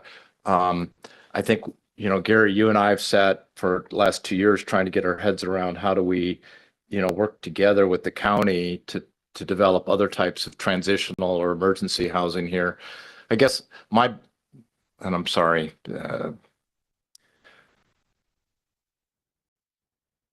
people go through life. Some of us are lucky and we are able to have housing our entire life and be able to have food on our table. A big chunk of us, at some point in our life, something happens and we need a helping hand. And it's not permanent for a lot of these things. I mean, there is a subsection that need permanent, but there is a piece that I think we can absolutely play a role in where we can get people going again. We're very fortunate to have Fishline here that works in that space, not in the housing space, but in the standpoint of people that need help. They get to come in and get some help. They're not necessarily 40-year clients. They might be 6-month clients, 12-month clients. And I think that that's the space when I look at these, the transitional emergency supportive housing shelter, of how do we provide options to give people a chance, hold their hand, get them connected and get them back going again. And if I could just add to that, council member, when we're thinking about the numerical targets and what the market will or will not manifest, I think it's important to just state the obvious. There is no shelter anywhere in North Kitsap other than what Mr. Fay and Gambit Recovery has done for us in Poulsbo. There is no transitional housing, there is no emergency housing, and there is no permanent supportive housing. So I think the housing stock speaks for itself about what the market will and won't create. Doug Tabor. On the slide where it had the numbers of the AMI, allocated these projected countywide housing needs down to the local jurisdictions. Is this the 98370 area code or Poulsbo city limits or North Kitsap, the jurisdiction that is? So this would be the Poulsbo specific numbers. Yes. So as part of the whole execution of HB 1220, and there's a whole allocation process through the Puget Sound Regional Council that trickled down to the Kitsap Regional Coordinating Council. And then every jurisdiction was assigned their targets. So this specifically is for the city of Poulsbo. Okay. Thank you. Kim? Well, I was just, Yeah, Rick had a yeah, question. and I agree. And that's what I was saying, just the clarity between what we build and what we facilitate. But this is what we were doing the other housing presentations with planning department. This is why, like, I focused in on, if you remember, I said about a three-pronged approach, because I think there absolutely is an area where we as a city, as a council, have to focus, because yeah, there isn't going to be a grand movement by developers to come in and build these things. Like you said, those four categories, they don't exist now. If there was money to be made in building them, they'd have already been built. So that's where we as the council have to step in. That's where this focus, I think this whole conversation is focused and should be focused. All the other work that we talked about with Heather and Nicole is outside of the realm of this. And so, yeah, this is where we need to, like, Gary said, yeah, they could come up with plans. I have a thought, but I was trying to save it to the end, so I'm still going to do that. But I think there's a way we can do this. I'm waiting for. I do too. Can I interject real Oh, quick please, because of Mayor. Rick's remark? Going back a couple council meetings, the Mayor's Blue Ribbon Commission on affordable workforce housing ownership, that is yet to be seated, but is formative, and the charter and dates have been set and the phone calls will be going out. I want to assure everyone. So as far as the three-pronged remark that I enjoy Rick making, what the Blue Ribbon Commission that will be seated with the mayor is going to focus on 80 to 120% of AMI or greater, called workforce housing. And it's going to take the ADU concept, Pam, that you spoke of earlier, in cottage clusters of these with shared open space, to try and drive down the cost and affordability and see if we can approach something that reaches a tipping point where the private sector might have viability to build these, with the city working on codes and regulations and permitting, and we exploring whether it's stick built, manufactured, or modular. So the rest of what Kim's talking about here is not covered in that coming work of the Blue Ribbon Commission. So we need to divide to conquer and work together, hence Rick's remark about a three-pronged approach. Thank you, Mayor. I won't go through the benefits of STEP. This is actually on a document that Councilmember Patrick distributed from the Department of Commerce. I just want to talk about why STEP housing has such high potential here in Poulsbo. This council has invested in recovery services, the Recovery Cafe, the Recovery Center. What I'm watching in the years since we've been open is having a home base where people can go for peer services, for food, for clinical services, for housing navigation, for just emotional support, is a really important landing place that then can lead people to the stability of shelter and housing. The combination of having recovery supports with working, for example, with Gambit Recovery with the Nelson House is a synergy that's working so beautifully in practice, because we're not just saying to people, here's a safe park, here's a house. We're actually giving an environment where people can come for support groups, social activities, the ability to be with other people that are experiencing recovery and support each other. This kind of loops back to the question that Councilmember Livedall was asking about permanent supportive housing. When you just give somebody a place to live and the freedom of choice, that doesn't always work. What we're trying to do here in Poulsbo is combine services, social support, acceptance, second chance possibilities with housing, and have these things work together. So again, I'm so grateful for Tom being on the line from Gambit Recovery. I think the reason that the Recovery House has worked so well in Poulsbo is because it's wrapped around other recovery services. Tom, do you want to come off mute and say anything about that point? Yes, my name's Tom Pham, the owner of Gambit Recovery.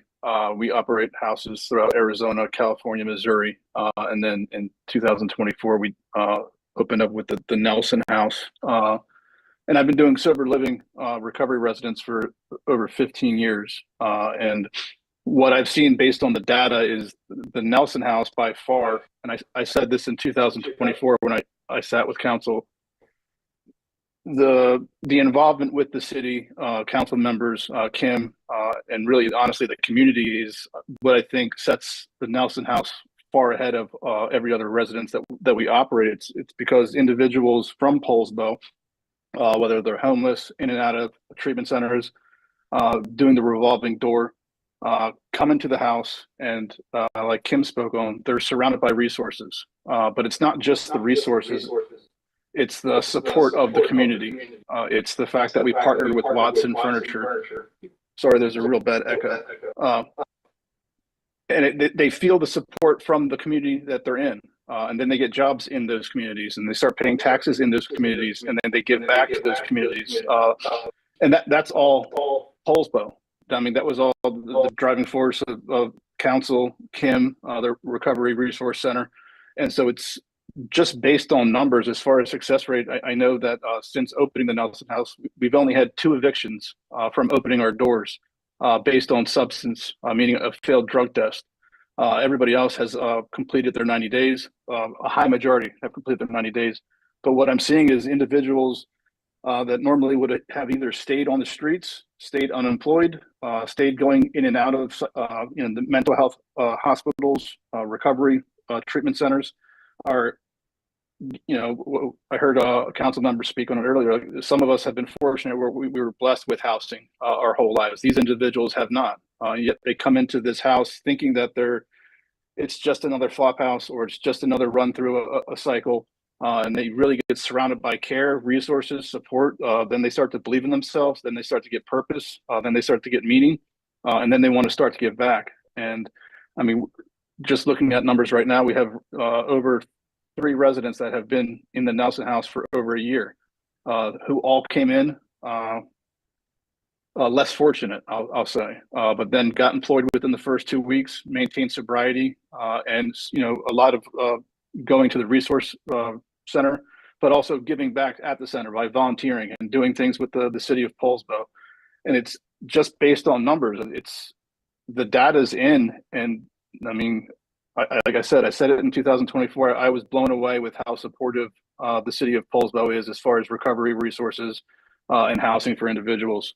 But I really think that it's really doing amazing things. It's a beautiful thing what it's doing for the city of Poulsbo specifically, in retrospect to how we operate in every other state.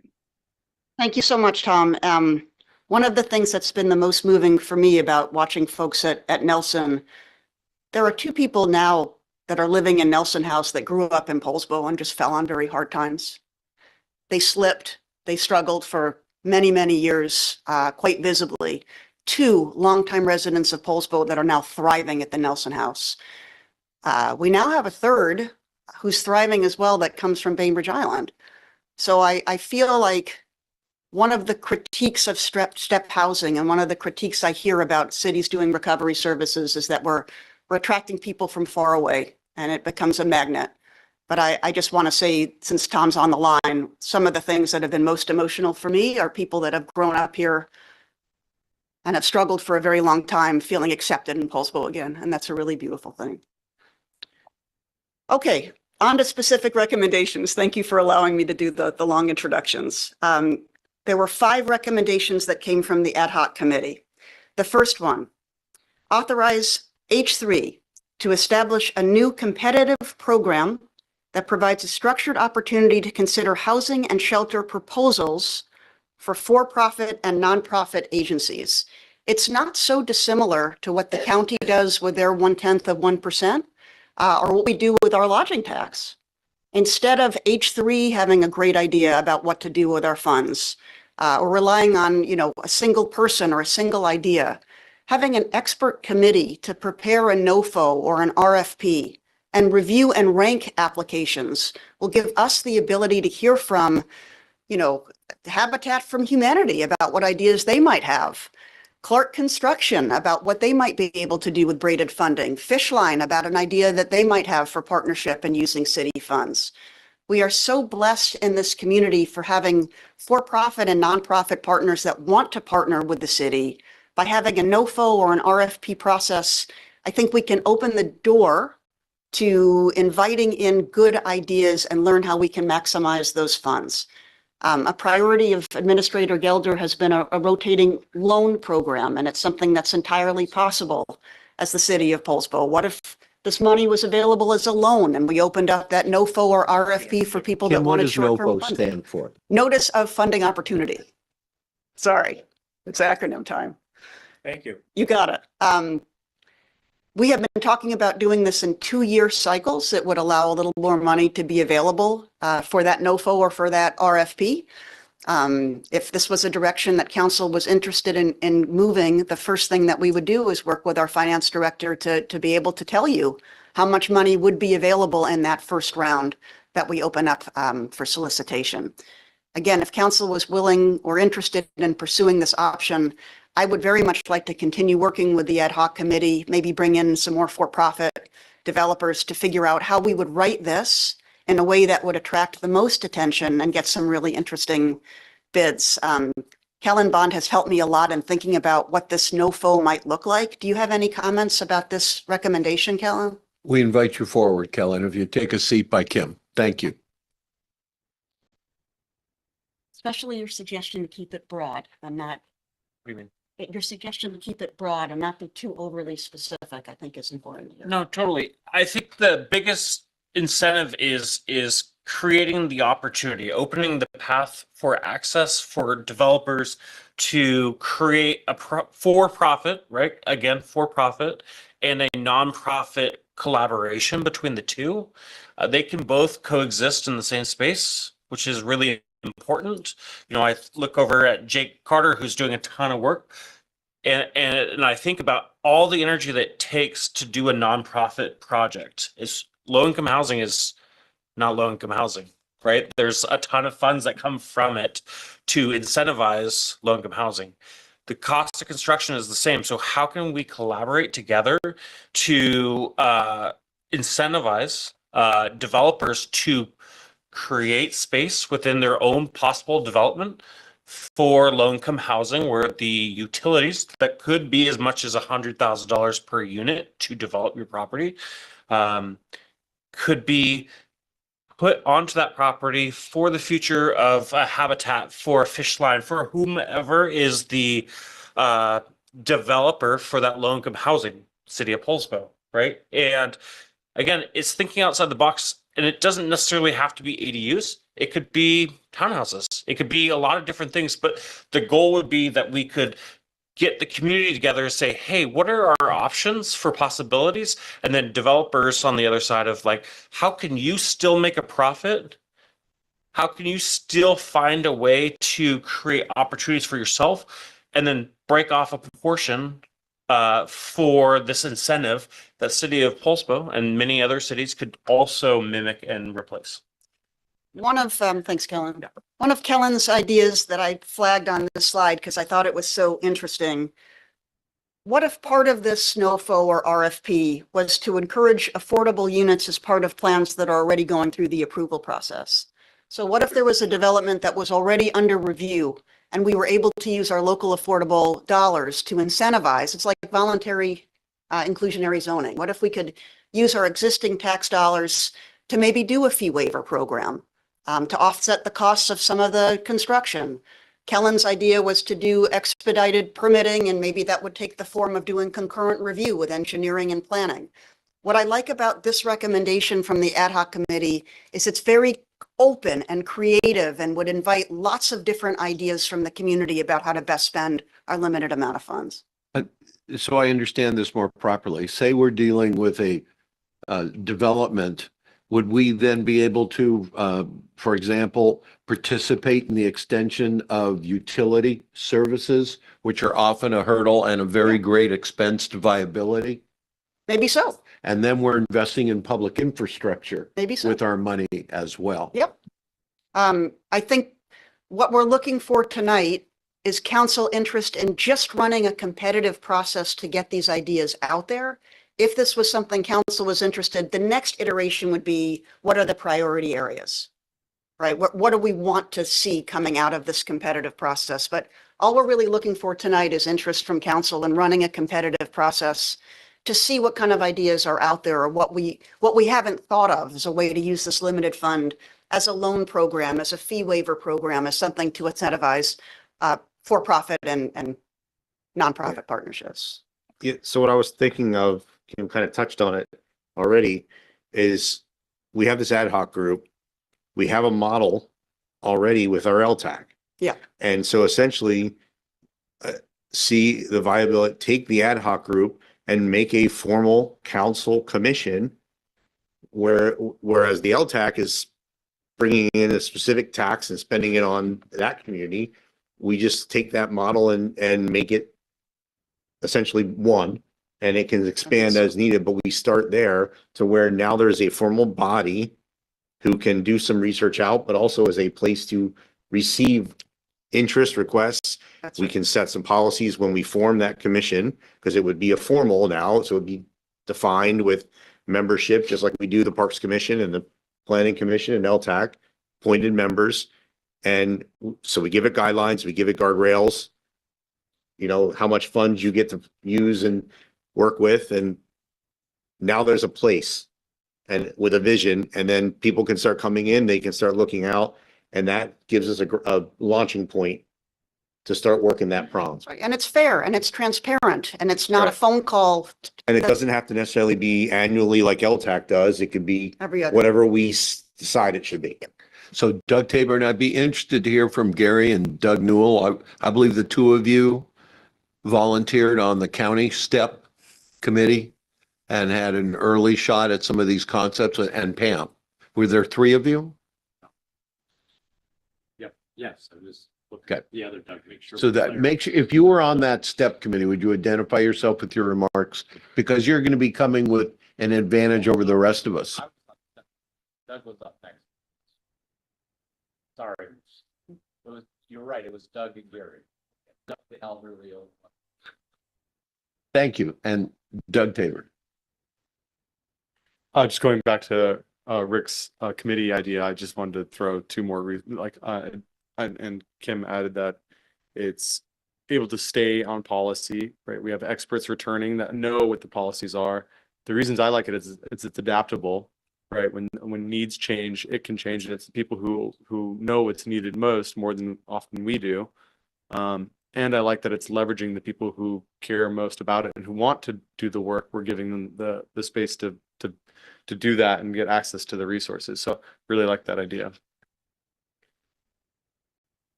Let me run through the other recommendations. I know the hour is getting late and I do hope we can hear from other folks on the committee as well.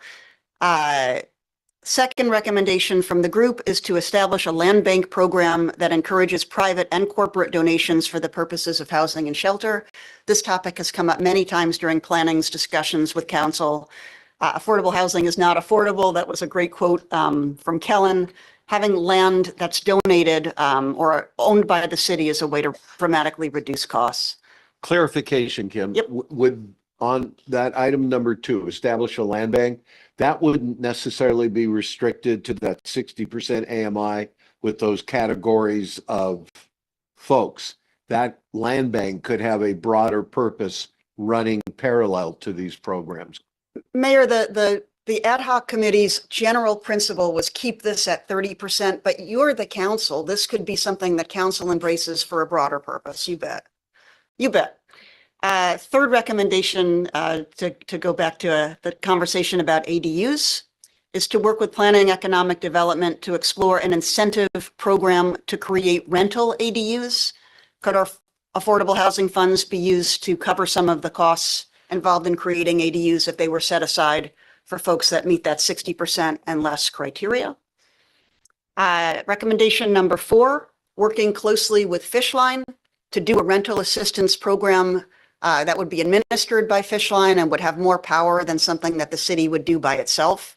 There's some excellent history in the city working with Fishline in the past to do a rental assistance program when folks at the mobile home park needed some help. The recommendation from the group is to explore that moving forward and to expand it in the years to come. And finally, the group recommends that we don't just take a local approach, but re-engage with our partners in the county on Bainbridge Island to do that regional step approach, because if we are going to build a shelter, which we need to, it's not going to be something that's appropriate for just Poulsbo to undertake. It's something that we should be thinking about as a North Kitsap collective. That is the one area I have a concern about this entire presentation. If we do something North Kitsap, the county and Bainbridge have to contribute. And by that, I mean money. Because we have already done things like the Kingston situation where we've stepped up for the county, but we also know what happens when we apply to the county board to ask for money back. So I love the idea, but if we're going to do things for the greater Poulsbo and the north end of the county and include Bainbridge in this, they need to not just contribute to the use, they need to contribute to the resource. Pam? Yeah, it seems like there are some opportunities that are already established. I'm very much intrigued with the rental assistance because that's housing that we already have in place and just need to partner to support folks that might be at risk of losing their housing. So with these recommendations, this is wonderfully laid out. Can there also in the H3 committee meeting prioritize, this we can do now and get this up and going in a year. This is something that's going to take some time. So it's kind of nice to have that laid out. One other thing, and also maybe if Tom Fay has seen this in action, and the reality of where folks walk, there's food that's needed. There's obviously housing that's needed. There's, with the permanent supporting housing model. By the way, with the STEP, and it's supportive housing, is that part of the permanent supporting housing? Okay, just making sure. That's the P. That's the P. Okay, just making sure. The goal is to have folks get there, and in the interim of getting there, you have a car that breaks down. You have maybe some supplemental support coming in from other agencies, but it doesn't cover everything. You have, childcare costs. So it would be great if there was a way to, and I'm assuming that you've already thought of these things. If there were some resources or partnering with organizations and agencies that can also support folks in those gaps also, because it could be devastating when you lose your vehicle and the bus schedule doesn't quite align with maybe the job that you were lucky to get, and daycare costs, et cetera, et cetera. Councilmember Crowe, if we weren't running a recovery center, I couldn't come before you and make these recommendations, because I think that focusing on housing or shelter without thinking about the contingencies, the transportation, the broken car, the need for benefits, the domestic violence, you can't do any of these things in isolation. So I'm so grateful for you for understanding this holistically. The only reason we have a shot at doing this right is because we have the possibility of bringing other programs into place through the Recovery Center. I agree. So we're going to hear from Doug and then Gary, who both served on that countywide affordable STEP committee. Doug? Yeah, and just from clarity, we did meet for quite a while. It was Bainbridge, the county, and city of Poulsbo. And while partnerships should imply active participation by all, sometimes it doesn't happen, and we have to be cautious on that. That being said, some of these things we're looking at, I hate to call it economies of scale, but that's what it comes to. In order to be able to provide some of these things, would be better if we could work with others on the north end. If they don't, then that causes us to maybe approach it differently. But I do think there's value in at least trying to work with them, because some of these things would work in partnership than standalone. Absolutely. Gary? A few thoughts. I think we need to somehow continue working with others in the north end, be it Bainbridge, the county, et cetera. We need a shelter. I really think we need a shelter, particularly now that we don't have a winter shelter here in Poulsbo for, we're not going to go into the reasons for that right now, but we don't. So, it's going to get cold again and people are going to be out on the street. So I think somehow that needs to be a top priority for us.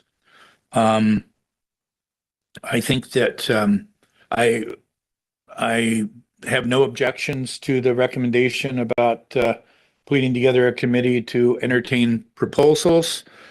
I would think that we need to have a real clear set of guidelines, what the purpose is and how those decisions will be made. So it's a fair process. But if we're going to take the time and energy to do that, I think we need more funding than we're currently capturing as part of the 1/10 of 1% sales tax. And I think that we could afford to start allocating some more funds to this purpose. I don't have a number in mind, but you all know the budget. I think there could be some opportunities for us to find some additional investments, and I would be supportive of having more conversations about that. I think another thing that the STEP housing group Kim's referring to, or Ed's referring to, talked about, that I keep kind of trying to bring up to the surface again, is the idea of home sharing. We have an awful lot of seniors, particularly in our community, that live in these big homes that don't need that much space. But financially, it doesn't make sense for them to sell the home. And we have a lot of young people who are looking to get started and might be willing to help out a senior with yard work or cooking or cleaning or whatever. Fishline tried this some time back. I visited with Charlie Thompson at Fishline recently about this. The program had ended by the time Charlie started. He was going to try to reach out to one or two of the people that were involved in that program when it was operating at Fishline, and maybe look into, are there potential liability risks there that would lead them not to want to get involved with that again. But I'm hopeful that somehow, some way, we could partner or encourage somebody to restart a home sharing program. I think it'd be a lot of bang for very little buck. And then lastly, on the, I hear just a little bit concerned where the Mayor's Blue Ribbon Commission might go, working with the for-profit development community, where we're talking this could go with the for-profit development community in terms of waiving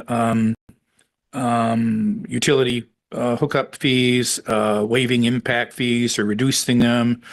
I'm willing to talk about that, but I don't want to go too far down that road when I think there's other things that have more potential for us. I would be more interested in rather sort of gifting, creating revolving loan funds. I think that has a lot more potential for us. And I'd be, really happy to talk about things like that with the for-profit development community. I'm not opposed to partnering with people, but I just want to be clear and be careful how much we're sort of allocating for that sort of thing when we have some other real needs, for instance, basic shelter. Thanks. Rick, you talked about new revenue. Brian talked in his presentation about HB 2442, which had the potential for additional sales tax to fund services for children and families. Would that be something you'd be interested in that we pursue, looking into at least, and see what the scope of that could cover, if that could be another dedicated funding source towards these programs? My first reaction to that is I'd like to try to take advantage of funds we're already raising. I mean, the mayor and a couple other members here have talked about how we are bringing in more dollars from the B&O tax than first anticipated. So I think we may have some resources available if we sharpen the pencils, rather than the first thing we look at is adding to our sales tax. I'd be careful with that. Well, I'm not opposed to it, but I think the order needs to be. Yeah. I'm looking back at his email, and it's very limited in the detail. Yeah. So even just getting detail, because we still do have other needs like replacing existing neighborhood streets that require funds. And so I agree, and I'd love, a dedicated funding source certainly makes the job easier for the committee. But there's something there that we don't really know much about that might be worth having. Yeah, my recommendation, we stay focused on the stream we have right now. Kim mentioned that she needs some help with prioritization and bringing back recommendations. I'm very hesitant to continue the conversation about new taxes, but there is one slide I'd like to say publicly. Only because it's something that I know council has already been considering. There's been a presentation from Administrator Gelder about House Bill 2015, which allows jurisdictions to raise a 0.1% tax for criminal justice programs, which include behavioral health and diversion programs. If council did see fit to pass this tax for criminal justice purposes, it would be a way to free up the 40% of funds that you're taking from affordable housing tax for recovery services and put that into affordable housing. Again, I'm not advocating this. I just want to make sure you're aware that funds from 2015 could support our recovery efforts if that's the direction that you wanted to go, freeing up 40% of our funding from the affordable housing tax fund. Yeah. Just another idea. And I think that's an important note. I think quantifying the potential investments and where they would go and then looking for funding instead of getting funding and then figuring out how to spend it should be the way we go forward. Just from the standpoint of how we're working this. I think we have some flexibility right now, but it's an important point. Permanent funding for what we're doing in recovery services makes sense in the long run. I'll just finish with this slide, hoping that council might call upon the expertise of the committee. I'd like to make a few recommendations coming out of the committee's report. I'm very interested in creating that NOFO, that Notice of Funding Opportunity, with the advisory group and keeping the terms relatively simple, presenting a draft of that first solicitation to council in June for your review, along with a more precise description of the funds that might be available. I like the suggestion that was made to do a formal committee, but this is something that might be done more quickly with an ad hoc group that doesn't need the formal committee structure. If we came back with a NOFO or an RFP in June of 2026 for council to consider, I think we could open up an application process as early as this fall. If this was the direction that council wanted to go, I would explore a partnership with the county to consider applications so we could really benefit from their expertise in taking these sorts of applications through their 0.1% housing fund. And I'd like to have a better understanding of what we're able to do as a city to establish a rotating loan fund. I've heard lots of interest from council in this area, and coming back in June with more specific information about how to do a rotating loan would be a recommendation of mine moving forward. I'd also like to continue to explore the land bank program, particularly with agencies that are already doing land banking. I'd like to frankly talk to Housing Resources Bainbridge, who does a land bank program, to better understand how their model might extend here to North Kitsap, come back with some findings and specific recommendations also in June of this year. I'll conclude my presentation there. The experts are in the audience. Again, I thank you all so much for helping us get to this point, and really thank you, council, for giving me the leeway to get this group together and make these recommendations. Couple quick thoughts and then open it up to council again on a high level. The land bank is one thing we'll be exploring in the Blue Ribbon Commission. Good. We're going to have the groups from Bainbridge Island representatives sitting there. And so we're going to focus on that. Great. By definition, that's not your 60 to 30% of AMI necessarily. So we'll keep that in mind. Number two, the city will be presenting, Rob Gelder, his office, myself, that expansion of the transportation benefit district that we're allowed in order to address neighborhood streets. So the point of that remark is, to what extent can we continue to tax? That's not a sales tax, that's a licensing tap. But I get a little gun shy that we need to think critically, because as we approach what I call the sound barrier, a 10% sales tax in the city of Poulsbo, I do not want to disadvantage our businesses either. as far as their retail market. So we need to think cumulatively and holistically and not just singularly. Just a cautionary note. Who would like to speak? Doug Newell. I'll go ahead and just lean in. I support the recommendations from H3. I think that coming back and having a conversation about a NOFO in June of 26 about what's the potential things we could do is exciting because that's like the month after next month. So in council speed, that's like light speed. So I support it. And Rick? Yeah, I agree. If you could do it with the ad hoc committee, my suggestion was just to kind of give you a more stable, permanent structure moving forward. So it's not a continuous ad hoc process and you have that. So yeah, if you can do it and get us something in with the ad hoc, that's a great start. I just want to give you something sustainable for the future. And I'm just, you mentioned 2015. When I know we have that transportation conversation planned, I already intended to counter that conversation with this idea. If we looked at 2015 instead of a transportation increase, because one, transportation tabs hits our residents, whereas sales tax is a broader base, and the visitors who use our roads. And it's also a significantly larger amount of money that's brought in through a 1/10 of 1% than increasing car tabs by another $20. So if we're going to consider the car tabs, I also want to consider the public safety as that conversation. And yes, B&O is another source, but I know we have to worry about the businesses, but I'm also very concerned about the residents and the continuous and $20 more and $100 more to insurance or electricity, and how much more we have to raise solid waste until we privatize it. And so Don't forget gas. yeah.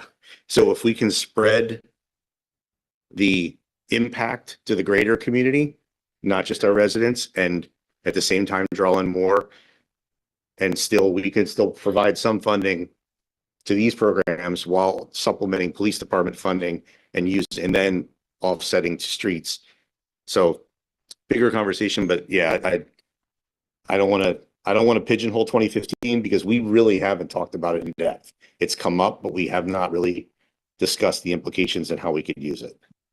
Just to further expand, unscientific survey all last year called Knocking on Doors. The one consistent item that the majority of residents I talked to were all in agreement about was improving their neighborhood streets. Who else wished to address? Gary? Kim, do you have enough feedback from us to take these next steps for things to bubble up and find some ways to spend some of these funds? And If you don't mind, you made such a forceful comment about the need to prioritize shelter when we think about doing a competitive process. And I really appreciate your clarity, council member. I just wonder if I could look around and see if other members of council share council members McVeigh's interest in really prioritizing council when we're thinking about how to run this competitive process. Michael? I'm sorry, let me just clarify. I wasn't necessarily tying the competitive process and shelter together. Okay. Just raising it as a high priority. Yes. Okay. Raising it as high priority. It could be revisiting, participating in the county shelter program, at least the winter shelter program. I know part of the issue there, as I recall from past history, was the county's trying to operate those winter shelters with volunteers. Yeah. Pretty difficult to do, I think, on a continuing basis. So maybe I'm just brainstorming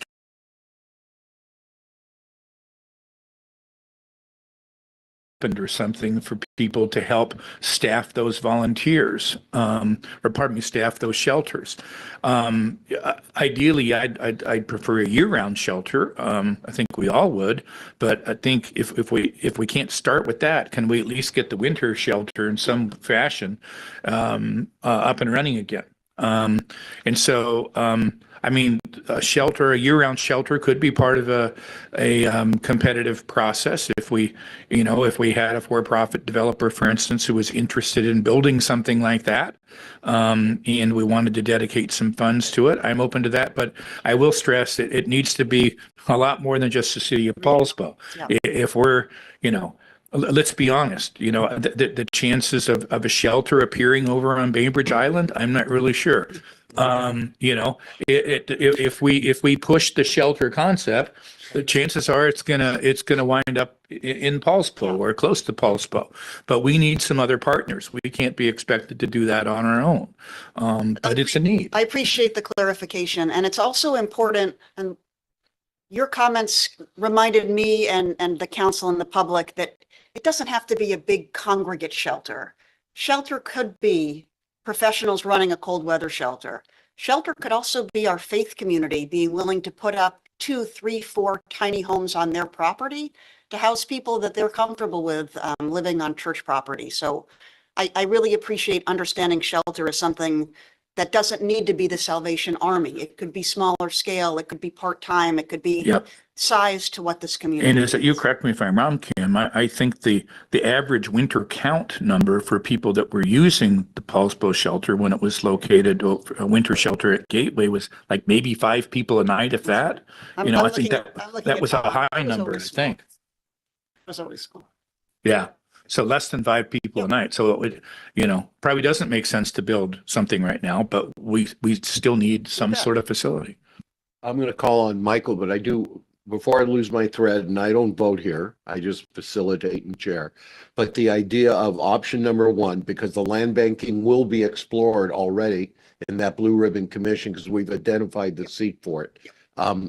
The option number 1, where we're able to establish a revolving loan program and get leverage out of our funds and return over time, then applied to utility hookups, which is public infrastructure, with that, which is a major hurdle for developers, is that intertie, and the money would be spent on the public infrastructure. That's our rate base. I just want to get that on the record.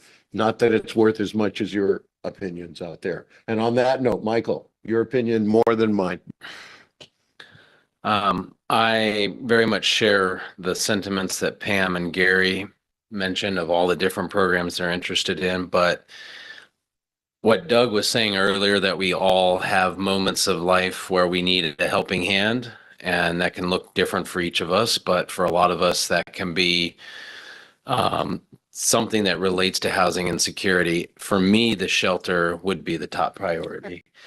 And that has come home to me in a very personal way over the last month and a half, because I've had somebody that I know personally in a nearby community who ended up relocating to Poulsbo because we discovered that he was a senior citizen, doesn't speak a lot of English, and lives on a Social Security check of $1,300 a month, and that's it, and had no place to live. And so over the last month and a half, a group of people from my church have been putting him up first in the Poulsbo guest house and now in a local short-term apartment setup. It has cost a lot of money to just the generosity of people, because there was nowhere else for him to go. This is not somebody who had any history of substance use or was involved in any kind of criminal activity. So some of those stereotypes, don't always hold out. It's just somebody who doesn't have a lot of money and doesn't have a lot of opportunity. And when we brought him to the recovery center, it was discovered that there is low-income housing available in the near future. And so the issue was, how do we get him from now to that availability? And so I don't really care if the shelter is empty for a night or a week. I would like it to be there so that when somebody needs it, when they need somewhere to go for a month or two until they can get their situation fixed, there's a place to go. Who's next? Rick. Well, long-term, Kim, my priority is seniors. But that's long-term. That's going to take more than the immediate ad hoc and the amount of money we got. So, I think in the short term, yeah, I think an appropriate shelter, winter shelter, because what we had before was problematic. And Tom said, a couple of nights probably an average, and building something certainly wasn't going to, it's probably not the right way to approach that. And the safety was an issue, the volunteerism was an issue. So some way to tackle that problem that's Poulsbo appropriate, rather than just trying to take the county's model and shoehorning it into us. Like, I think, that was what we had before. So approach it a more appropriate way to our city and figure it out. And yes, if the neighbors then use it, that's great too. But again, I just want them to help support it if they use it.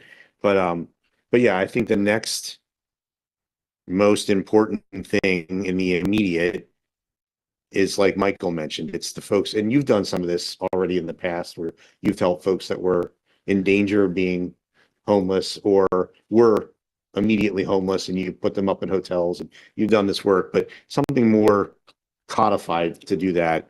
And if it's a property that we own or lease, that probably is a more stable way to do it. Something like Nordic cottages, but designed for this rather than long term. I'm not sure how that best approach that. That's something that the group would figure out, or a contractor like Gambit's done for us, where they know how to do this right.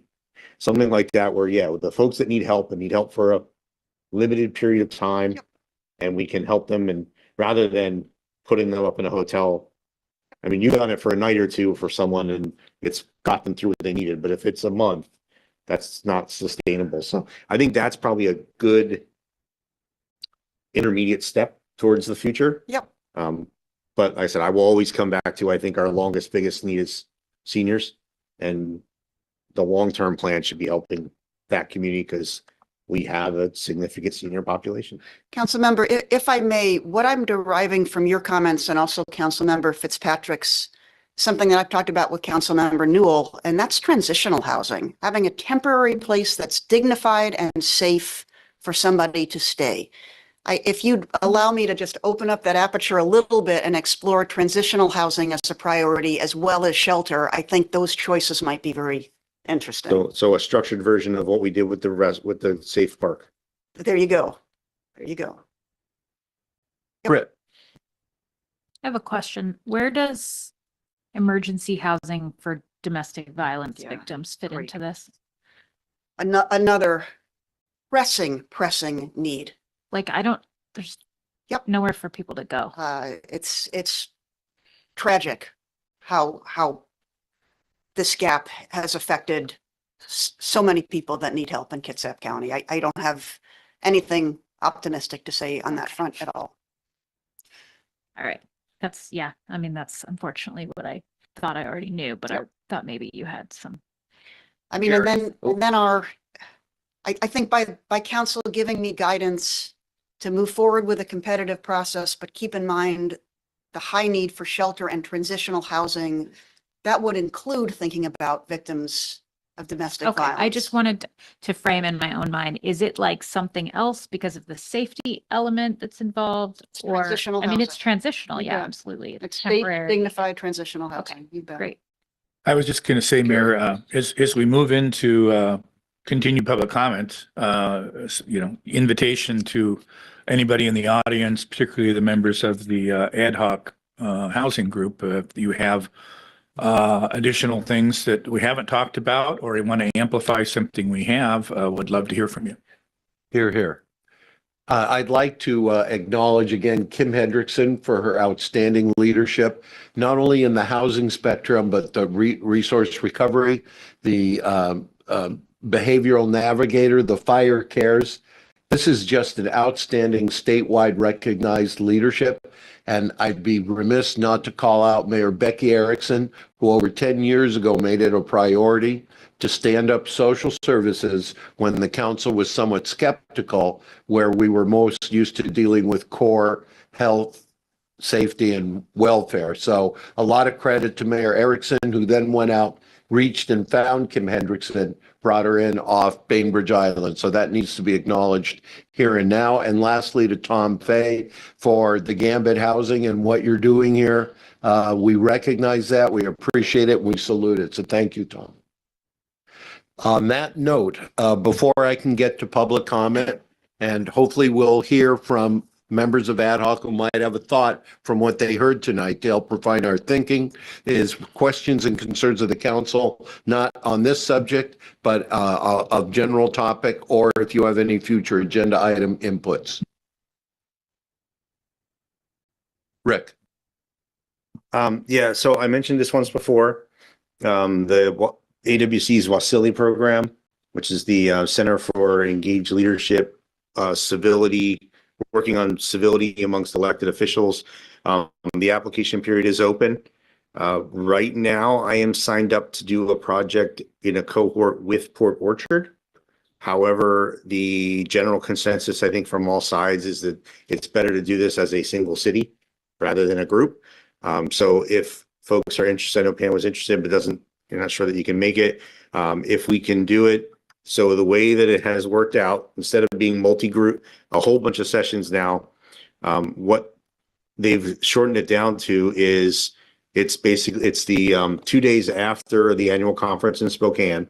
So once the conference ends on Friday, it rolls into Wasili for the rest of that day, and then it's the better part of the day on Saturday. Then there's an online session on July 16th, and then it wraps up as at UW in Seattle, July 29th, 30th, and 31st. So the idea is that it's a bunch of workshops on engagement, communication, good practices, again, amongst elected with the community. But there is supposed to be kind of a capstone project you work on. That's why they want it to be more of a locality versus a broader group, because they want you to work on something focused. When the 3 council members from Bainbridge did it, the first cohort, the first year, what they did is they ended up doing a community meeting on the viability of a Winslow shuttle. So like the trolley we've kind of talked about, but ran up and down Winslow. And they used the tools they learned there to do specific listening sessions. And so I went and listened just to see what the process was like. But if folks are interested, that would be great if we can get a Poulsbo group together. Don't necessarily have to go to annual conference, just show up after. But that's the commitment. I said, if we don't have enough interest, I will just stick with Port Orchard and glom onto what they want to do. But it would be better to do a Port. This is the end of the third week of June. Yeah, It's so the 26 and 27. So that's Wednesday, Thursday, Friday, rolling Friday, Saturday. And the city, you already have a travel and training budget. Accommodation would be covered.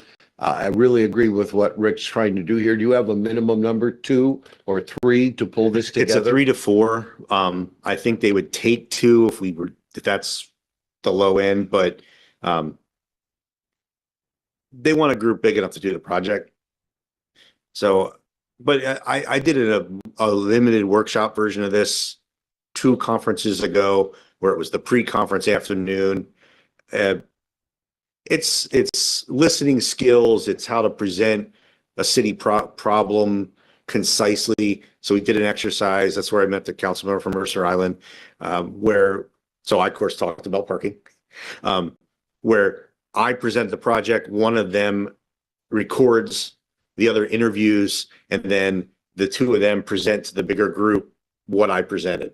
And so you learn to kind of take, pull out the important pieces from what the other person is presenting, and and you use that when you engage the community. So it's just a lot of it's good skills, and it's all wrapped around the idea of getting electeds to work together in a civil environment that we are not necessarily seeing across the county, state, and country. And again, the city clerk's office can coordinate. This is part of travel and training. Register you for the AWC or just for the part that Rick's talking about. Please give it some serious thought. The General Assembly itself is incredibly valuable to be with your statewide colleagues. Mayor, so I'm new to all this, so this is where you guys got to explain how this works. But the mayor and I received an email from the mayor of Gig Harbor inviting us. That's what. And is this the same thing? Like you're asking, inviting us to Yeah. the same thing she's inviting? I think she was prompted to suggest it so that we would get a Poulsbo group together. I think it's all the same effort. I was encouraged to get a Poulsbo group rather than stick with Port Orchard. I think someone put a bug in her ear to encourage us to do it as well. She did this program in the first year, so she's coming at it from experience.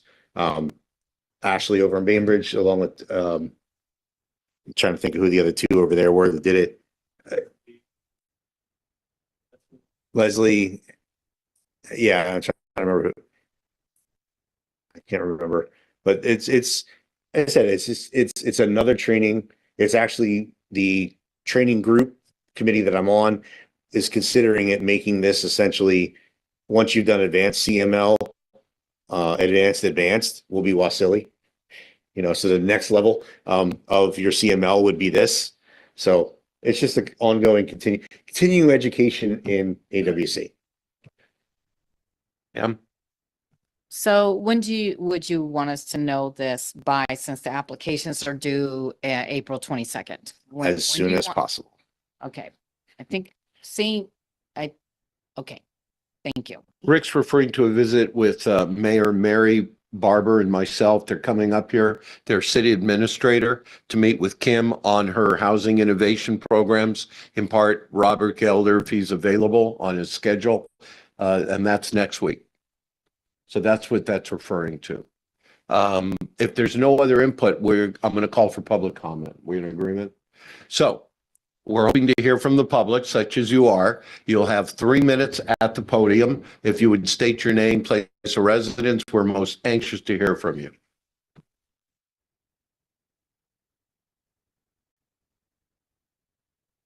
Here we go. Thank you, Kellen. You have to push the button. Mayor, I would offer if anyone wants to speak on our workshop topic that we give them extra time. All you have to do is ask a question at the end of the 3 minutes. Is it on? Yeah. All right. So one thing I realized that Kim was asking, and I didn't directly talk about it, but she did at the end with in regards to Tom. The faith community has a large space. You know, typically churches have access to additional land, but it's not always the most viable option for building new construction. New construction is actually a very expensive model. So one thing that we talked at the ad hoc group was involving the redevelopment of existing spaces that are possibly already open, or including the faith community buildings, structures, to make conversions for potential shelters. So the concept again is that the city of Poulsbo would allow the access for these groups to bring in, pick a group, a housing resource Bainbridge or housing resource Kitsap, or even Coffee Oasis, to manage these spaces to support these people with shelter or transitional housing. I think it's a wonderful idea. Now, if we open that opportunity up to the community, I think a lot of people would also see that same benefit, so that we can support the unhoused. And then on the construction side, obviously a huge impact, but it does take a community, and it does take us being willing to make sacrifices in one direction or not. And so my hope is that the nonprofits and the profits, and then the community or the city of Poulsbo can work together collaboratively, because there's a lot of insight in this room, and there's a lot of space still in the city of Poulsbo. And calling for public comment. Very good.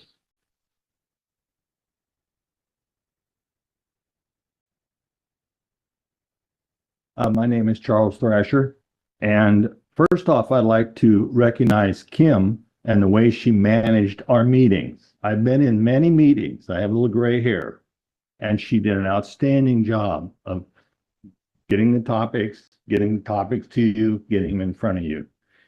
I'm really here to sell you on Habitat. How many of you are aware of Habitat for Humanities? Are you aware of their history?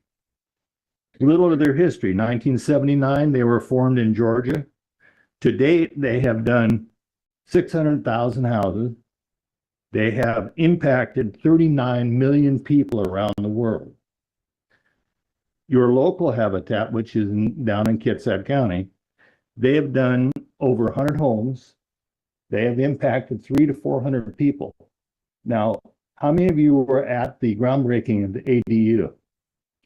Did you notice the vibe of the groundbreaking? You go to a Habitat groundbreaking, and normally there's some real vibe to it. People are excited. You go to a dedication, Jake can tell you. People are excited. You go to a Habitat dedication and you watch an 8-year-old child, and that child runs through the house and is excited about having a bedroom. You go to a few of these activities. Now, I've been with Habitat for 20 years, Jefferson County. I moved here. There we've done 80 plus houses. So I just want to congratulate you as a board that you're looking at the whole picture and that realize that this is a process and that you got the ball rolling today, and hopefully you can keep it rolling. And in 5 years, you can actually look and say, we made progress. So thank you very much.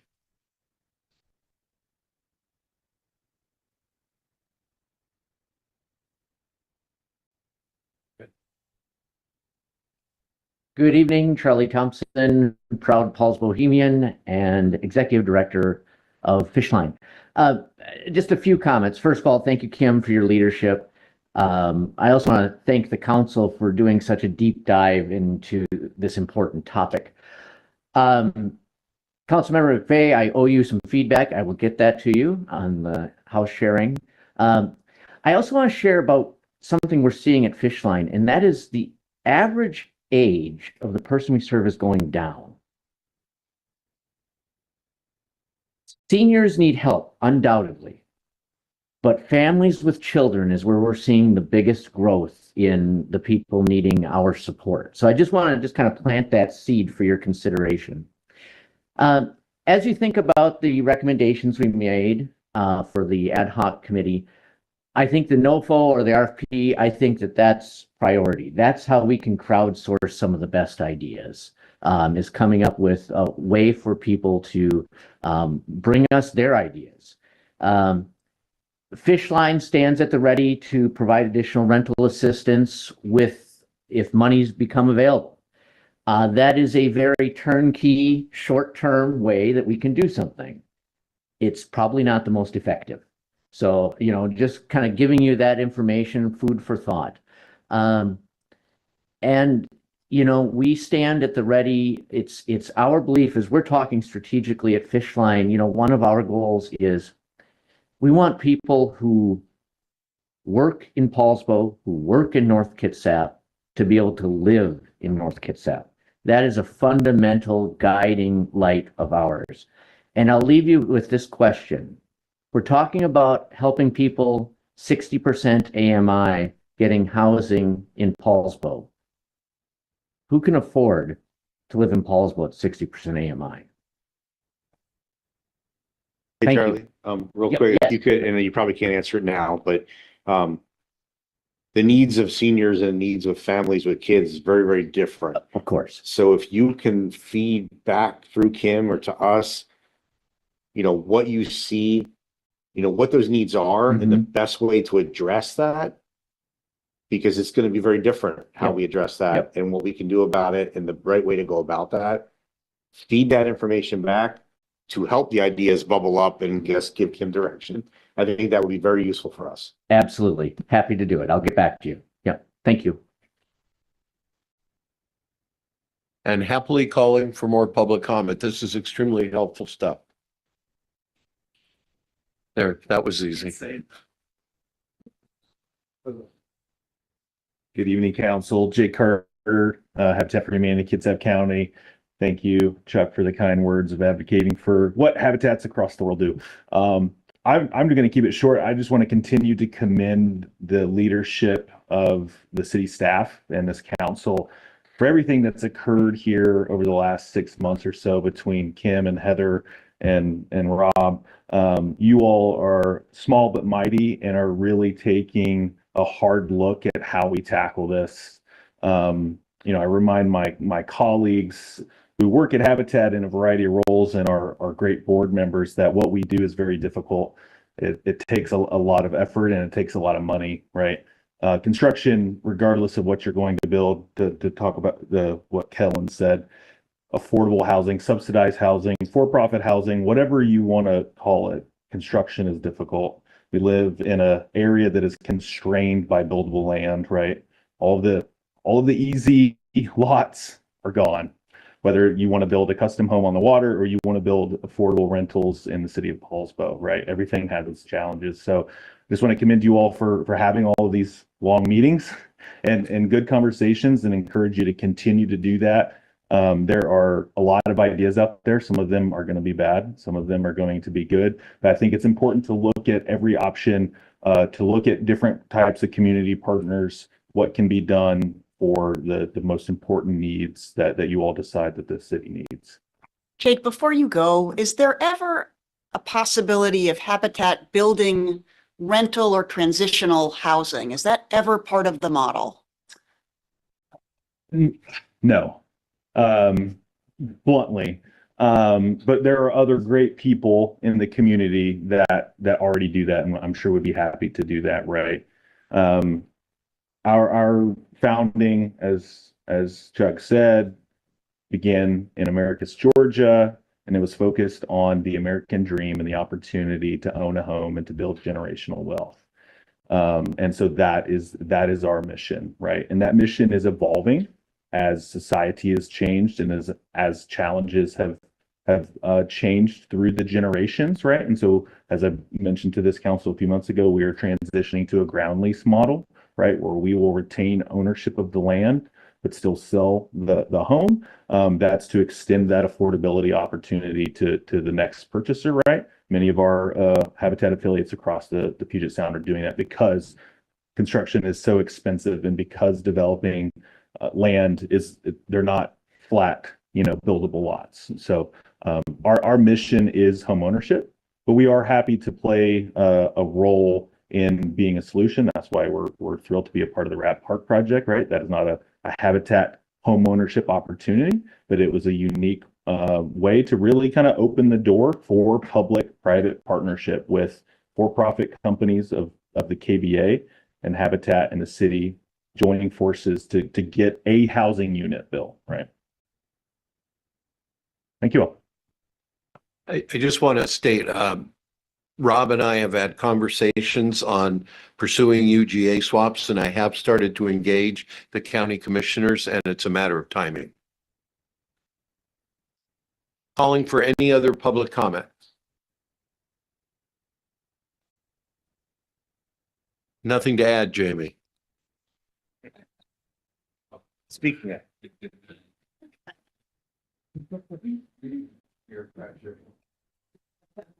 All right, you wrote me into it. Jamie Clough, Government Affairs Director with the KBA. I'm going to echo a lot of basically going to echo everything that's already been said. Thank you all so much for the work that you all are doing. I continually point to this city council as the example of the council that is in the county that is taking this issue seriously and making progress on housing affordability.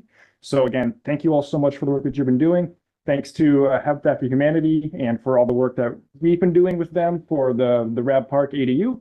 Again, just to say, KBA is standing here to answer any questions you have, to work collaboratively on all these issues. And again, thank you for all the fantastic work you all have been doing. Calling for public comment a last time. And I do feel like tonight's workshop was actually the 5th in the series of housing affordability The first four led by Heather and Nicole, and the last led by Kim. And I'm glad we have not yet commenced the Blue Ribbon Commission because there was valuable data and input tonight that'll directly feed that effort as well. Is there any last comment from the council? Otherwise, I would entertain a motion to adjourn. I have a motion to adjourn. Do I have a second? Second. Motion and second. All those in favor, please say aye. Aye. The council stands adjourned. Thank you.